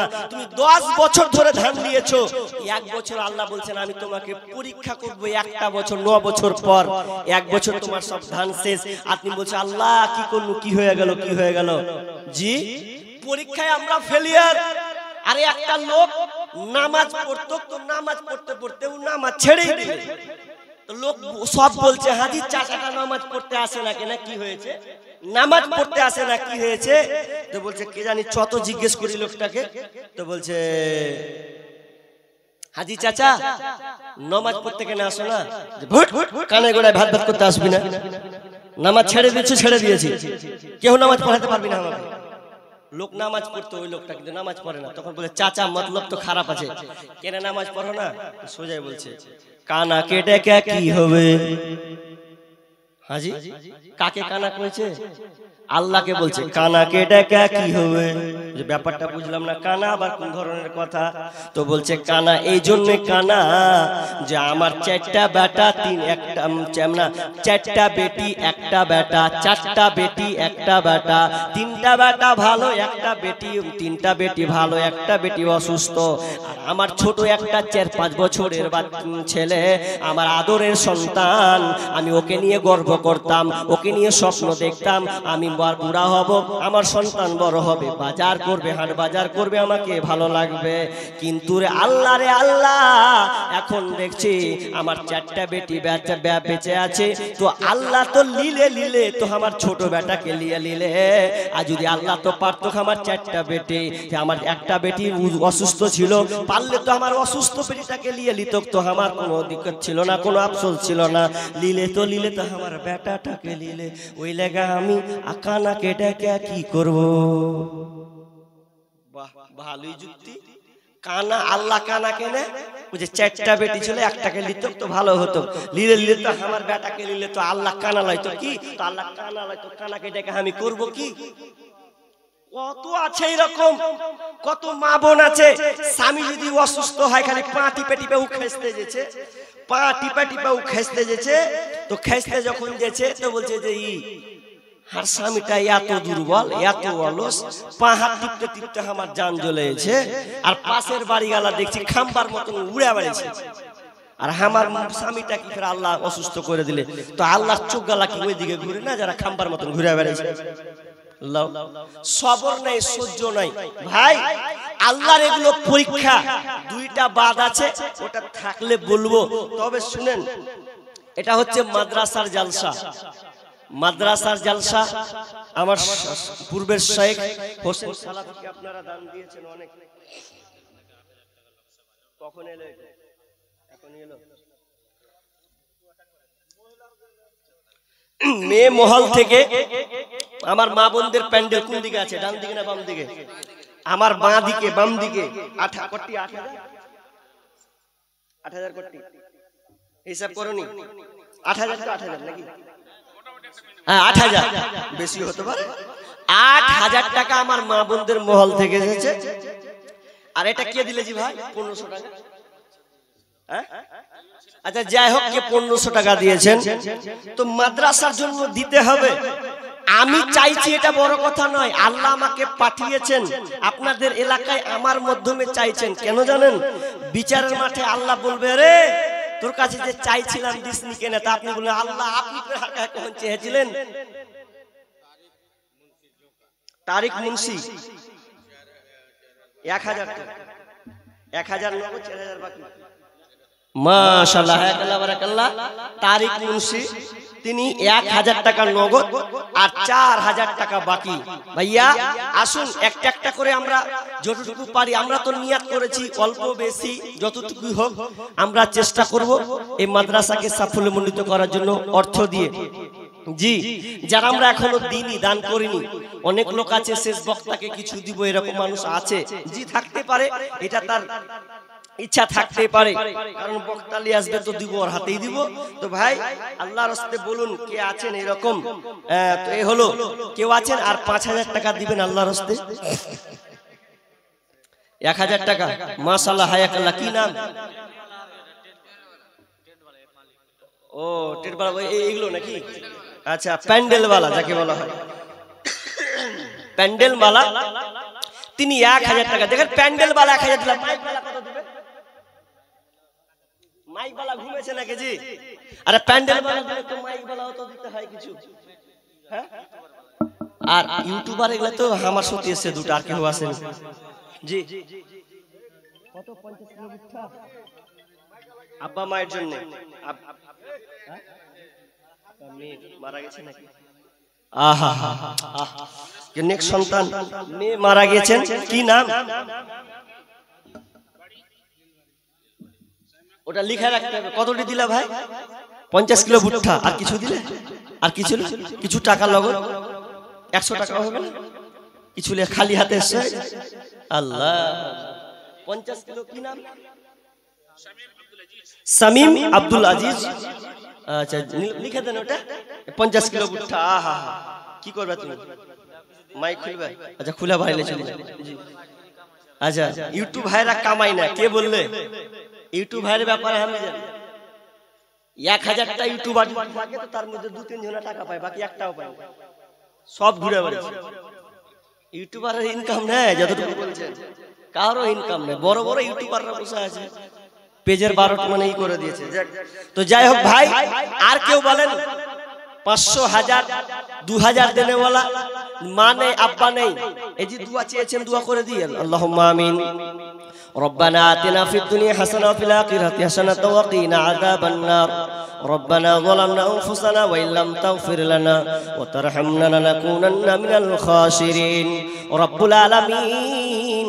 আমার হাতে অনেক দান, মেয়ে মহল থেকে 8000, আরেকজন ভাই 1500, একজন দিয়েছেন 5000, কেউ একজন দিয়েছেন 1000, আবার কেউ দিয়েছেন আপনার কিনা 2000। এভাবে করে শত শত দান আল্লাহ, এবং 50 কিলো ভুট্টা দিয়েছেন আল্লাহ। তুমি এই দানকে আল্লাহ তুমি কবুল করে নাও। কেউ মায়ের জন্য, আব্বার জন্য দিয়েছেন, এক কানে শুনলাম মেয়ের জন্য তিনি দিয়ে মেয়ে দুনিয়া ছেড়ে চলে গেছে। রব্বুল আলামিন, তুমি আল্লাহ, তুমি সেই ভাইকে তুমি ধৈর্য রাখার তৌফিক দান করো।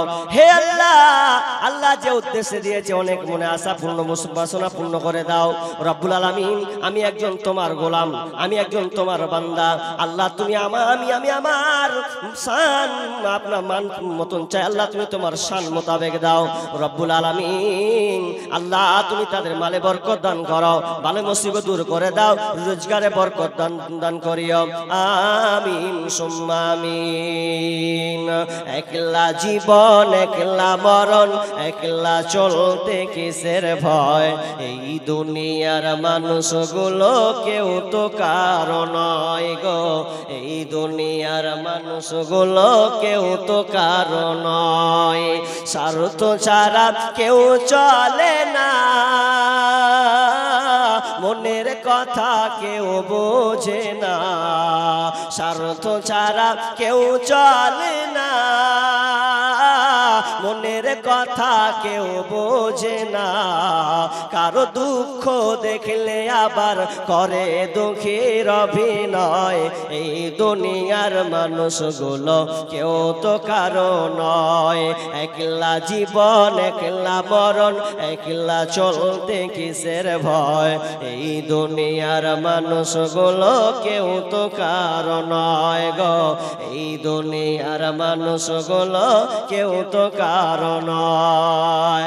ভাই আসেন না, সব দিয়ে দিয়েছেন, 500 টাকা করে বলেন না জি, বলেন যে 500 টাকা দিব ইনশাআল্লাহ, বাকি লিখেন, নগদ না আছে বাকিতে বলেন।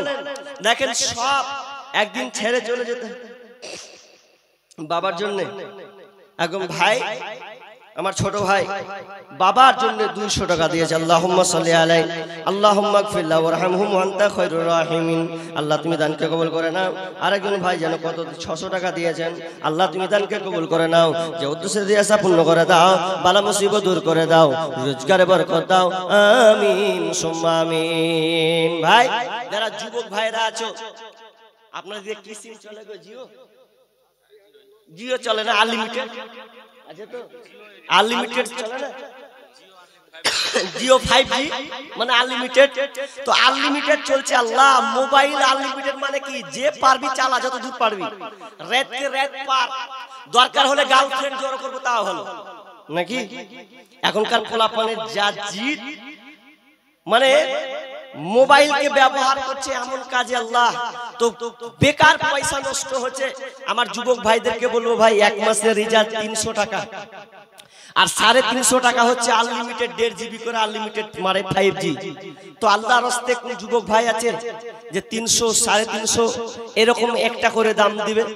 ভাই যারা উঠছেন উঠবেন না, কিছু অন্তত দিয়ে যাবেন, এটাই শেষ চাওয়া। আমি একজন মুসাফির মানুষ, আর মুসাফির হিসাবে চাওয়া মানে আপনার কিছু কল্যাণ আছে, আপনার কিছু উপকার হবে ইনশাআল্লাহ।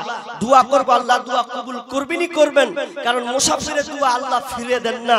রাসূল সাল্লাল্লাহু আলাইহি ওয়াসাল্লাম বলেছেন, মুসাফির ব্যক্তি যদি কোনো দোয়া করে তাহলে আল্লাহ তাআলা সেই মুসাফিরের দোয়াকে ব্যাক দেন না। অতএব আমি একজন মুসাফির হিসাবে অন্তত আপনাদের কাছে দাবি রাখছি, এই মাদ্রাসার জন্য বলেন কোন আল্লাহর বান্দা আছেন, জি চট করে দেন, 500 1000 দেনেওয়ালা তো যে দিয়েছেন দিয়ে দিয়েছেন মোটা অঙ্কের টাকা, যদি ক্ষুদ্র 100 200 500 কেউ মাহরুম হবে না, ফাটাফাট দেন জি আল্লাহর রাস্তে। জামানা মোবাইলে খাইছে জামানা, ফেসবুকে খাইছে জামানা, মাশাআল্লাহ 100 টাকা। ও মানে ওজনে কোনো ফ্যাক্টর নয়, এক বোরা। কোন গালা বোরা জি ভাই? হ্যাঁ প্লাস্টিকের গালা তো।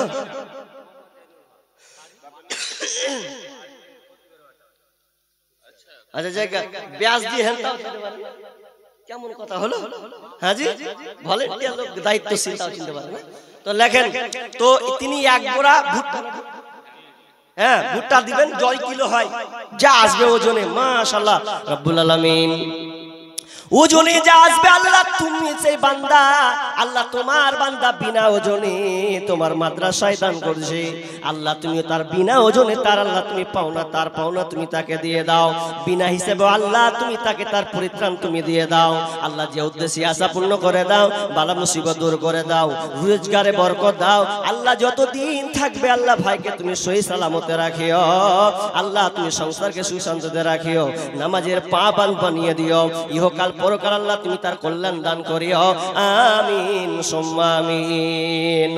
জামানা মোবাইলে খাইছে, জামানা ফেসবুকে খাইছে, অল্প বয়সের ছেলে মেয়ে প্রেমে জড়াইছে, জামানা মোবাইলে খাইছে, জামানা ফেসবুকে খাইছে, জামানা মোবাইলে খাইছে, জামানা ফেসবুকে খাইছে। সকাল বেলা বাবা বলে যাস রে কোথায়, বাবার কথা শোনার মতো সময় যে আর নাই।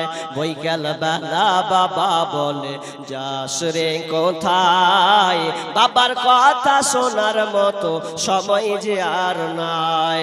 রাস্তার পাশে বসে বসে, রাস্তার পাশে বসে বসে ফিফাই টাকা কি বলো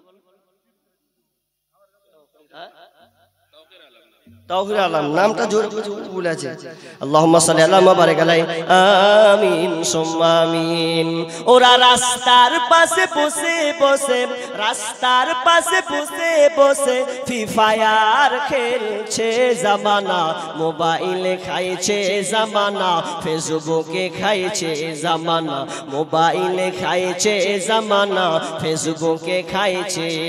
বিবাহিতা মেয়ে যখন ফেসবুকে ঢোকে, হ্যান্ডসাম ছেলে দেখে সে তো প্রেমে পড়ে। বিবাহিতা নারী যখন ফেসবুকে ঢোকে, হ্যান্ডসাম ছেলে দেখে সে তো প্রেমে পড়ে।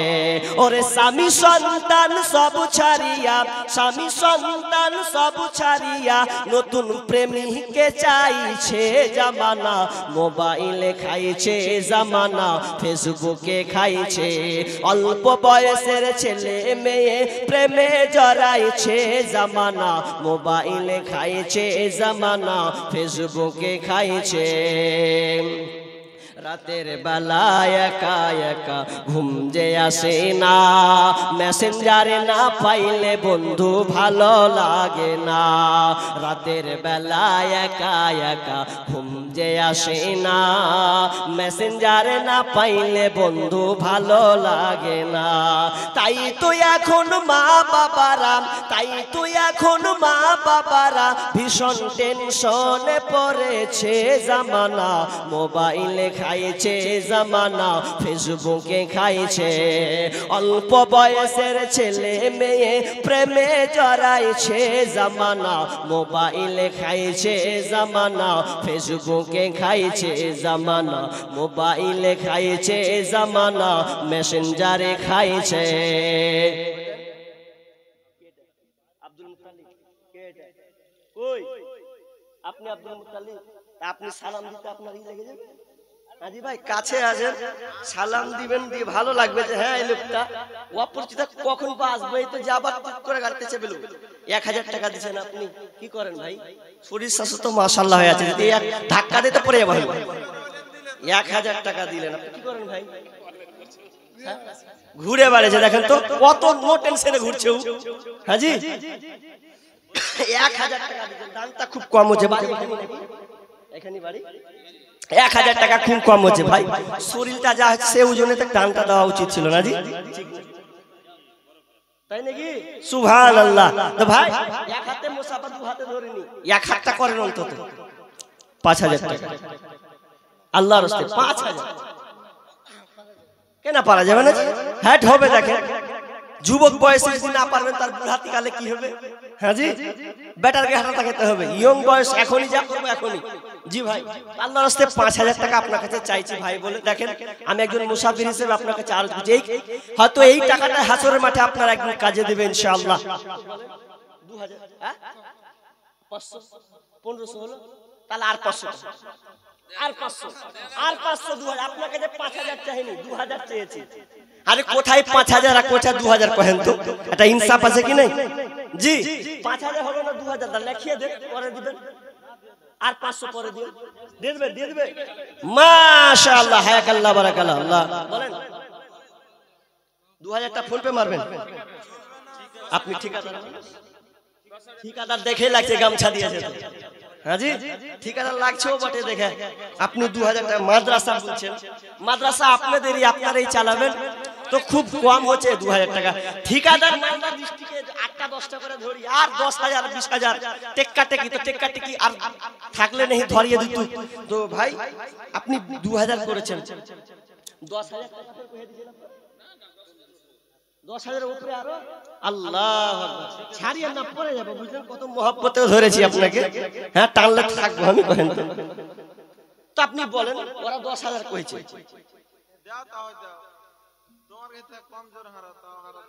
মাদ্রাসা দেখেন হবে আল্লাহ দিবে আল্লাহ বলছেন ইয়া ইবনে আদম আনফিক উনফিক ইলাইকা আল্লাহ বলছেন তুমি আমাকে দাও আমি আল্লাহ তোমাকে দেব জি আল্লাহ কখন কোন দিক দিয়ে দিবে আল্লাহ জানে তো আমি দোয়া করব আপনার ঠিকাদারি কাজ আল্লাহ যেন কবুল করেন এবং আরো উচ্চ পর্যায়ে যেন নিয়ে যায় জি অনেক দেখেছি ভালো পর্যায়ে চলে গেছে তো আল্লাহ যেন আপনাকে ভালো পর্যায়ে নিয়ে যায় তো আশা রাখছি 10,000 টাকা হবে কিনা হবে না আচ্ছা তাহলে শুনুন আমার কথা শুনেন টাকাটা হাত বের করেন না আপনি অন্তত এক হাত করেন হাজি শেষ বক্তা একটা 5,000 টাকা যদি না পায় তো কেমন কথা এটা কেউ আবদার পূরণ করবেন না 2000 হয়েছে দিয়ে 2500 টাকা আর কিছু লিখে দেন 2500 টাকা 5,000 করেন আল্লাহর রাস্তায় জি ভাই শেষ আবদারটা রাখেন দিবেন এক বছর জলসা একটা জলসা আপনি বছরে দিয়েন কবুল করেন যে হ্যাঁ ইনশাআল্লাহ দিব মাওলানা বাকি দিবেন না 3000 টাকা দিন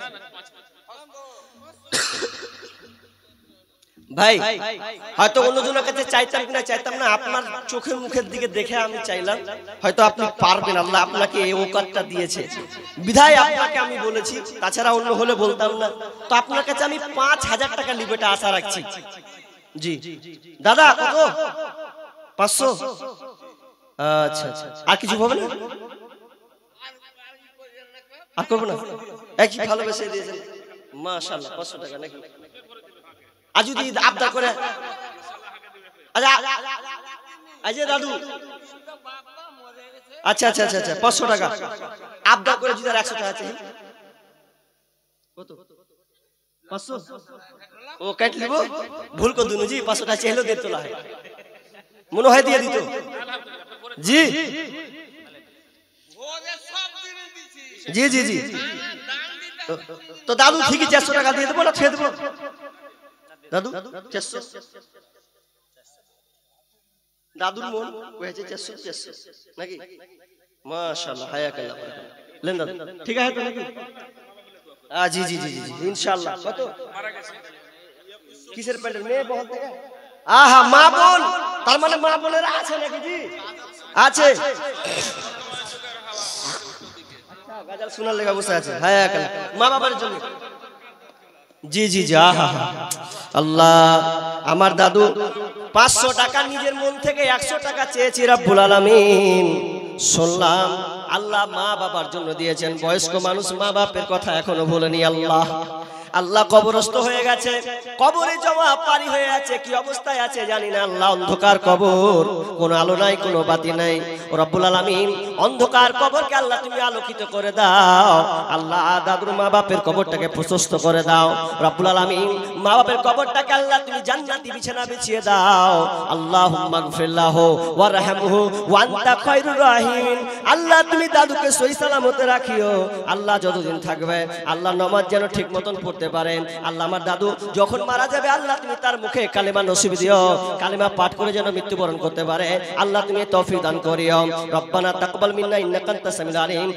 আমিন সুম্মা আমিন আর ভাই কত দিয়ে চলে গেল 3000 দিলেন জি চেহেনু 5000 হলো না আবদার কত করে চেহেনু গো কত করে আবদার করলাম জি জায়গা যা থাকে হাতে থাক ভাই তুমি 3000 টাকা দিয়েছেন আল্লাহ তুমি তার দানকে কবুল করে নাও যা দিয়েছেন ওটা কবুলিয়াত আল্লাহ তুমি কবুল করে নাও আল্লাহ তার বালাবত মুসিবত দূর করে দাও আল্লাহ তার ঠিকাদারি আল্লাহ তুমি কাজকে তুমি সহজ করে দাও আল্লাহ তুমি তাকে উন্নত বানিয়ে দাও আমিন সুম্মা আমিন মরণ পাখি যে দিনে সে করবে ডাকা ডাকে থেমে যাবে জীবন তোমার, বন্ধ হবে আখি। ওরে মন থেমে যাবে জীবন তোমার, বন্ধ হবে আখি।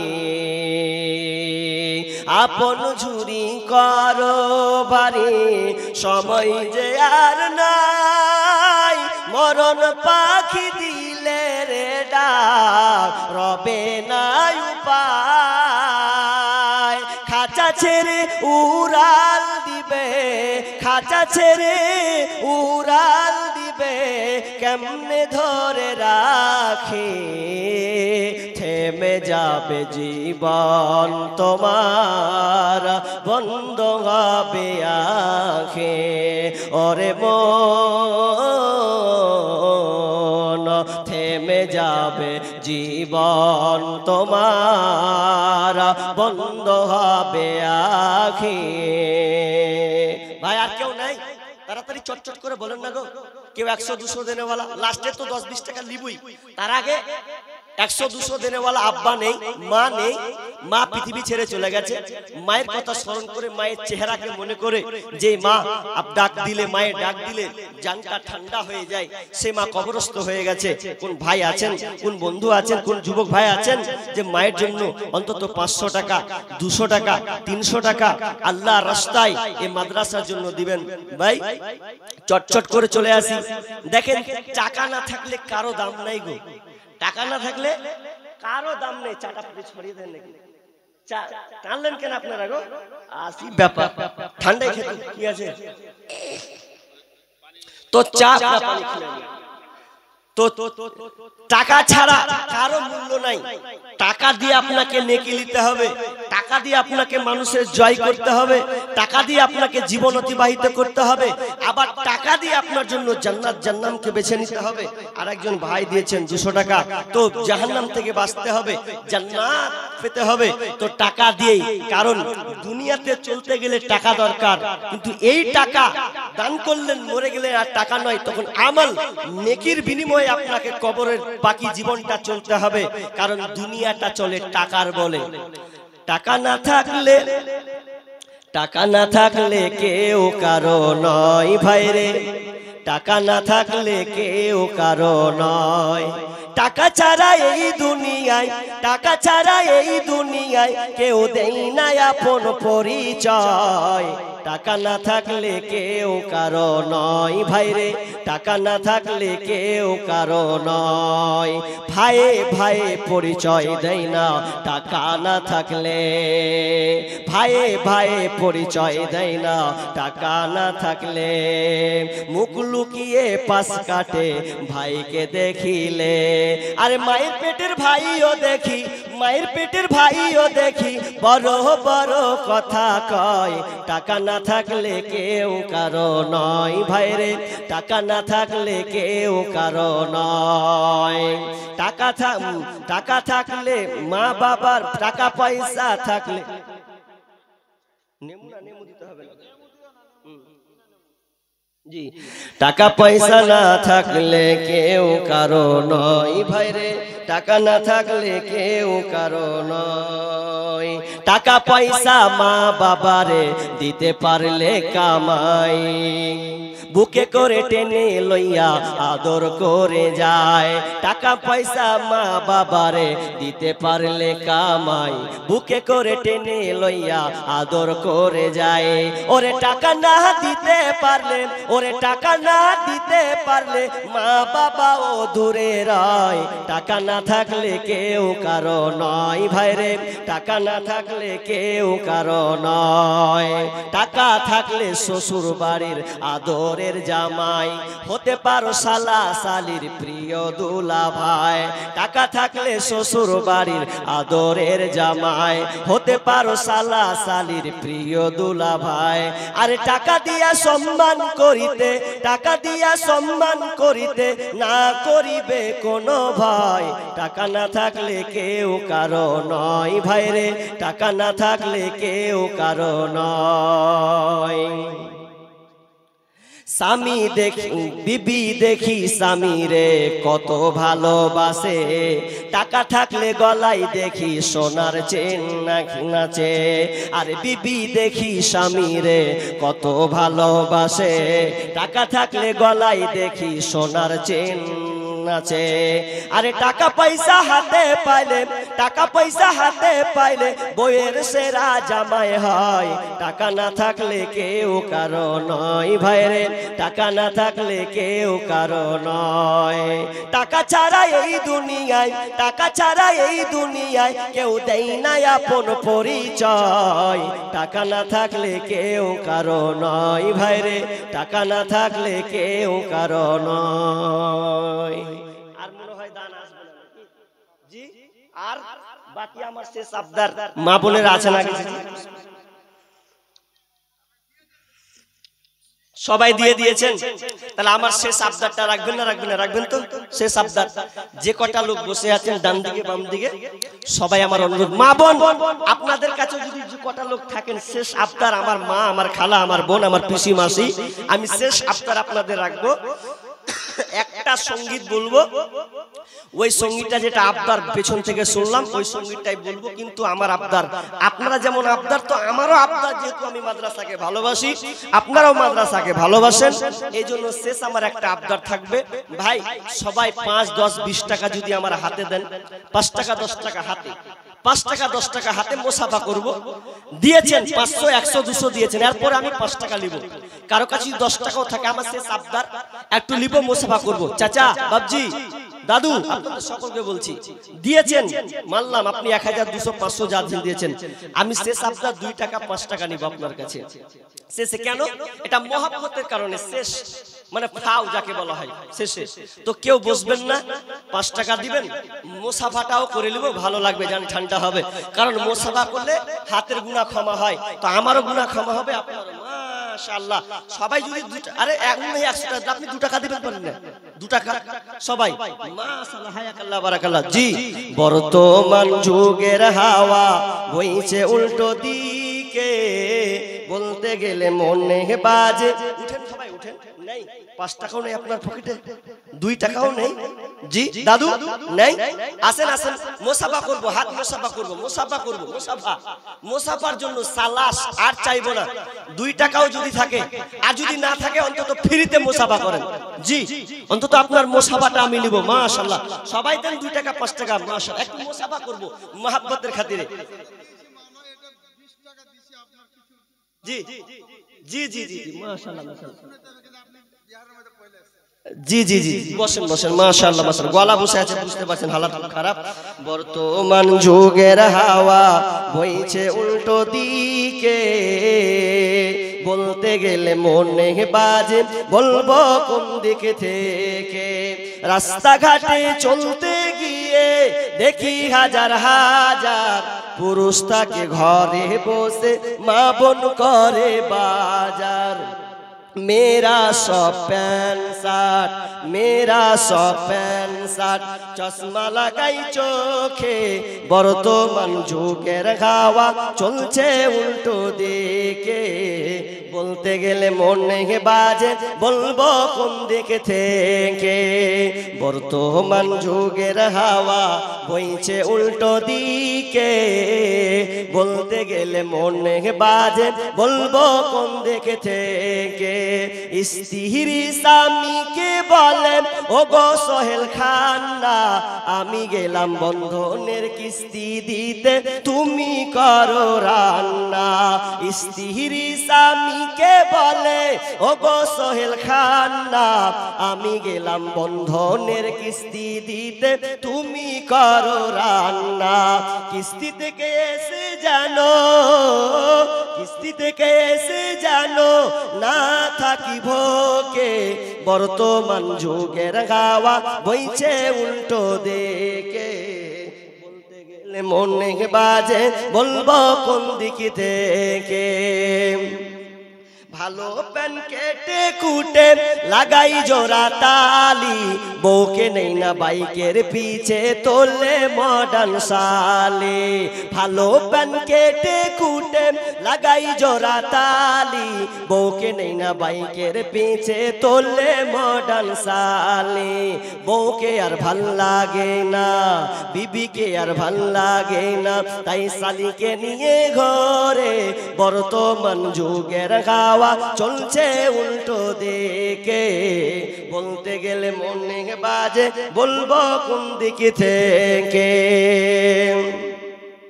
স্কুল কলেজের মাঠে দেখি দুইজন ছাত্র ছাত্রী এমন করে ভাব করে জানো বিয়ের পাত্র পাত্রে। বিয়ে তো করে না এরা, বিয়ে তো করে না এরা, প্রেমেতে মজেছে বর্তমান যুগের গাওয়া বইছে উল্টো দিকে। বলতে গেলে মনে বাজে বলবো কোন দিকে থেকে। এখন আবার মা বোনদের দেখি চলছে উল্টা পাল্টা, স্বামীর সঙ্গে কই না কথা, দেওর সাথে কথা বলে ঘন্টার পর ঘন্টা। এখন আবার মা বোনদের দেখি চলছে উল্টা পাল্টা, স্বামীর সঙ্গে কই না কথা, ভাসুরের সাথে কথা বলে ঘন্টার পর ঘন্টা। এ দৃশ্য দেখে আমার, এ দৃশ্য দেখে আমার মাথা যাই গো ঘুরে। বর্তমান যুগের গাওয়া চলছে উল্টো দিকে। বলতে গেলে মনে বাজে বলবো কোন দিক থেকে। বর্তমান যুগের হাওয়া চলছে উল্টো দিকে। বলতে গেলে মনে বাজে বলবো কোন দিক থেকে। মাশাআল্লাহ, আপনারা দীর্ঘক্ষণ ধরে কোরআন ও হাদিসের আলোচনা শুনলেন। আজকে আমার বিষয় ছিল আল্লাহর পরীক্ষা। সেই পরীক্ষায় আল্লাহ যেন আমাদেরকে পরিপূর্ণ করেন, আমরা যেন সেই পরীক্ষায় আল্লাহ যেন পাশ করতে পারি। আল্লাহ আমাদের তৌফিক দান করেন। আল্লাহ, যারা আমরা আলোচনা শুনলাম এই আলোচনা থেকে যেন আমরা কাজে বাস্তবায়ন করতে পারি। বক্তা শ্রোতাকে উভয় তুমি তৌফিক দান করো ভাই। এবং যারা বসে আছেন আল্লাহ সকলকে ক্ষমা করে দিক। গলার 12টা বাজছে রে ভাই, আপনারা কি বলছেন? হ্যাঁ, এইভাবে করলে হয়? ময়া দয়া কিছু রাখবেন। কত চাপে আছে, পুরো ঘেমে গেছি, টাইফয়েড হয়ে গেছে। এত বক্তব্য সামনে আছে ইনশাআল্লাহ। আপনাদের আশেপাশে 27 তারিখ 28 তারিখ তারপরে আরো 3-4টা প্রোগ্রাম আছে আশেপাশে, ইনশাআল্লাহ আসবেন। আপনাদের এরিয়াতে আছে কোথায় আরো 3টা প্রোগ্রাম আছে, আপনারা আসবেন ইনশাআল্লাহ, সেখানে আলোচনা করব। যেহেতু শরীর অসুস্থ এই বিধায় পুরো টাইফয়েডের জন্য থেমে গেছে, এখনো চেক আপ করতে পাইনি আমি, ওষুধ খালি এমনি ঘুমাতে খাচ্ছি। জি কি বলবো একটা কহেন, কি গাজাল শুনবেন?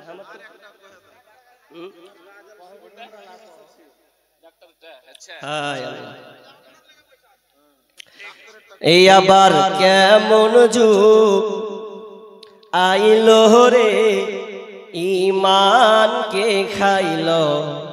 এই আবার কেমন যুগ আইলো,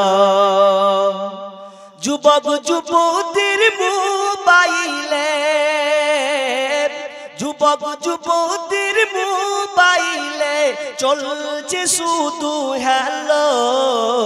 এই আবার কেমন যুগ আইলো রে, ঈমানকে খাইলো। এই আবার কেমন যুগ আইলো, মেয়ে নিল মোবাইল হাতে, ফেসবুক চালাবে তাই, ওয়েটিং রাত বসে আছে প্রেমিকি তাহার। মেয়ে নিল মোবাইল হাতে, ফেসবুক চালাবে তাই, ওয়েটিং রাত বসে আছে প্রেমিকি তাহার।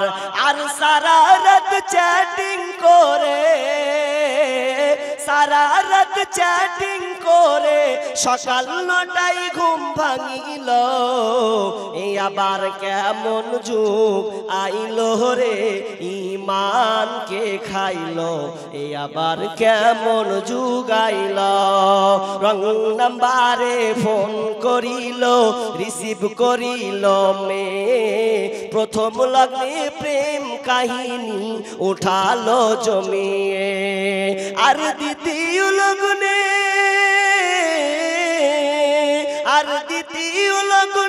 প্রেম আগুনে দুজনকে পুরাইল এ আবার কেমন যুগ আইলো রে ইমানকে খাইলো এই আবার কেমন যুগ আইলো যুবক যুবতীর মোবাইলে চলছে শুধু গেলো এ আবার কেমন যুগ আইলো রে ইমানকে খাইলো এ আবার কেমন যুগ আইলো এমন একটা সময় এলো মোবাইলের জ্বালায় স্বামী ছেড়ে প্রেমিক ধরেছে 3 সন্তানের ওই মায় এমন একটা সময় এলো মোবাইলের ঠেলায় স্বামী ছেড়ে প্রেমিক ধরেছে 3 সন্তানের ওই মায় আল্লাহ যা শরম বিক্রি করে হায়া শরম বিক্রি করে নতুন সংসার বাঁধিল এই আবার কেমন যুগ আইলো রে ইমানকে খাইলো এই আবার কেমন যুগ আইলো যুবক যুবতীর মোবাইলে চলছে শুধু হ্যালো এই আবার কেমন যুগ আইলো রে ইমানকে খাইলো এই আবার কেমন যুগ আইলো মাশাআল্লাহ আপনাদের আবদার রাখলাম আমরা এখান থেকে আমাদের আলোচনা করে সব জানছি আল্লাহ আমাদের সকলকে ক্ষমা করো আল্লাহ যারা আমাদের মারা গেছে আল্লাহ তুমি তাদের ক্ষমা করো আল্লাহ তুমি আমাদের এই প্রতিষ্ঠানকে আল্লাহ তুমি কবুল করো আল্লাহ তুমি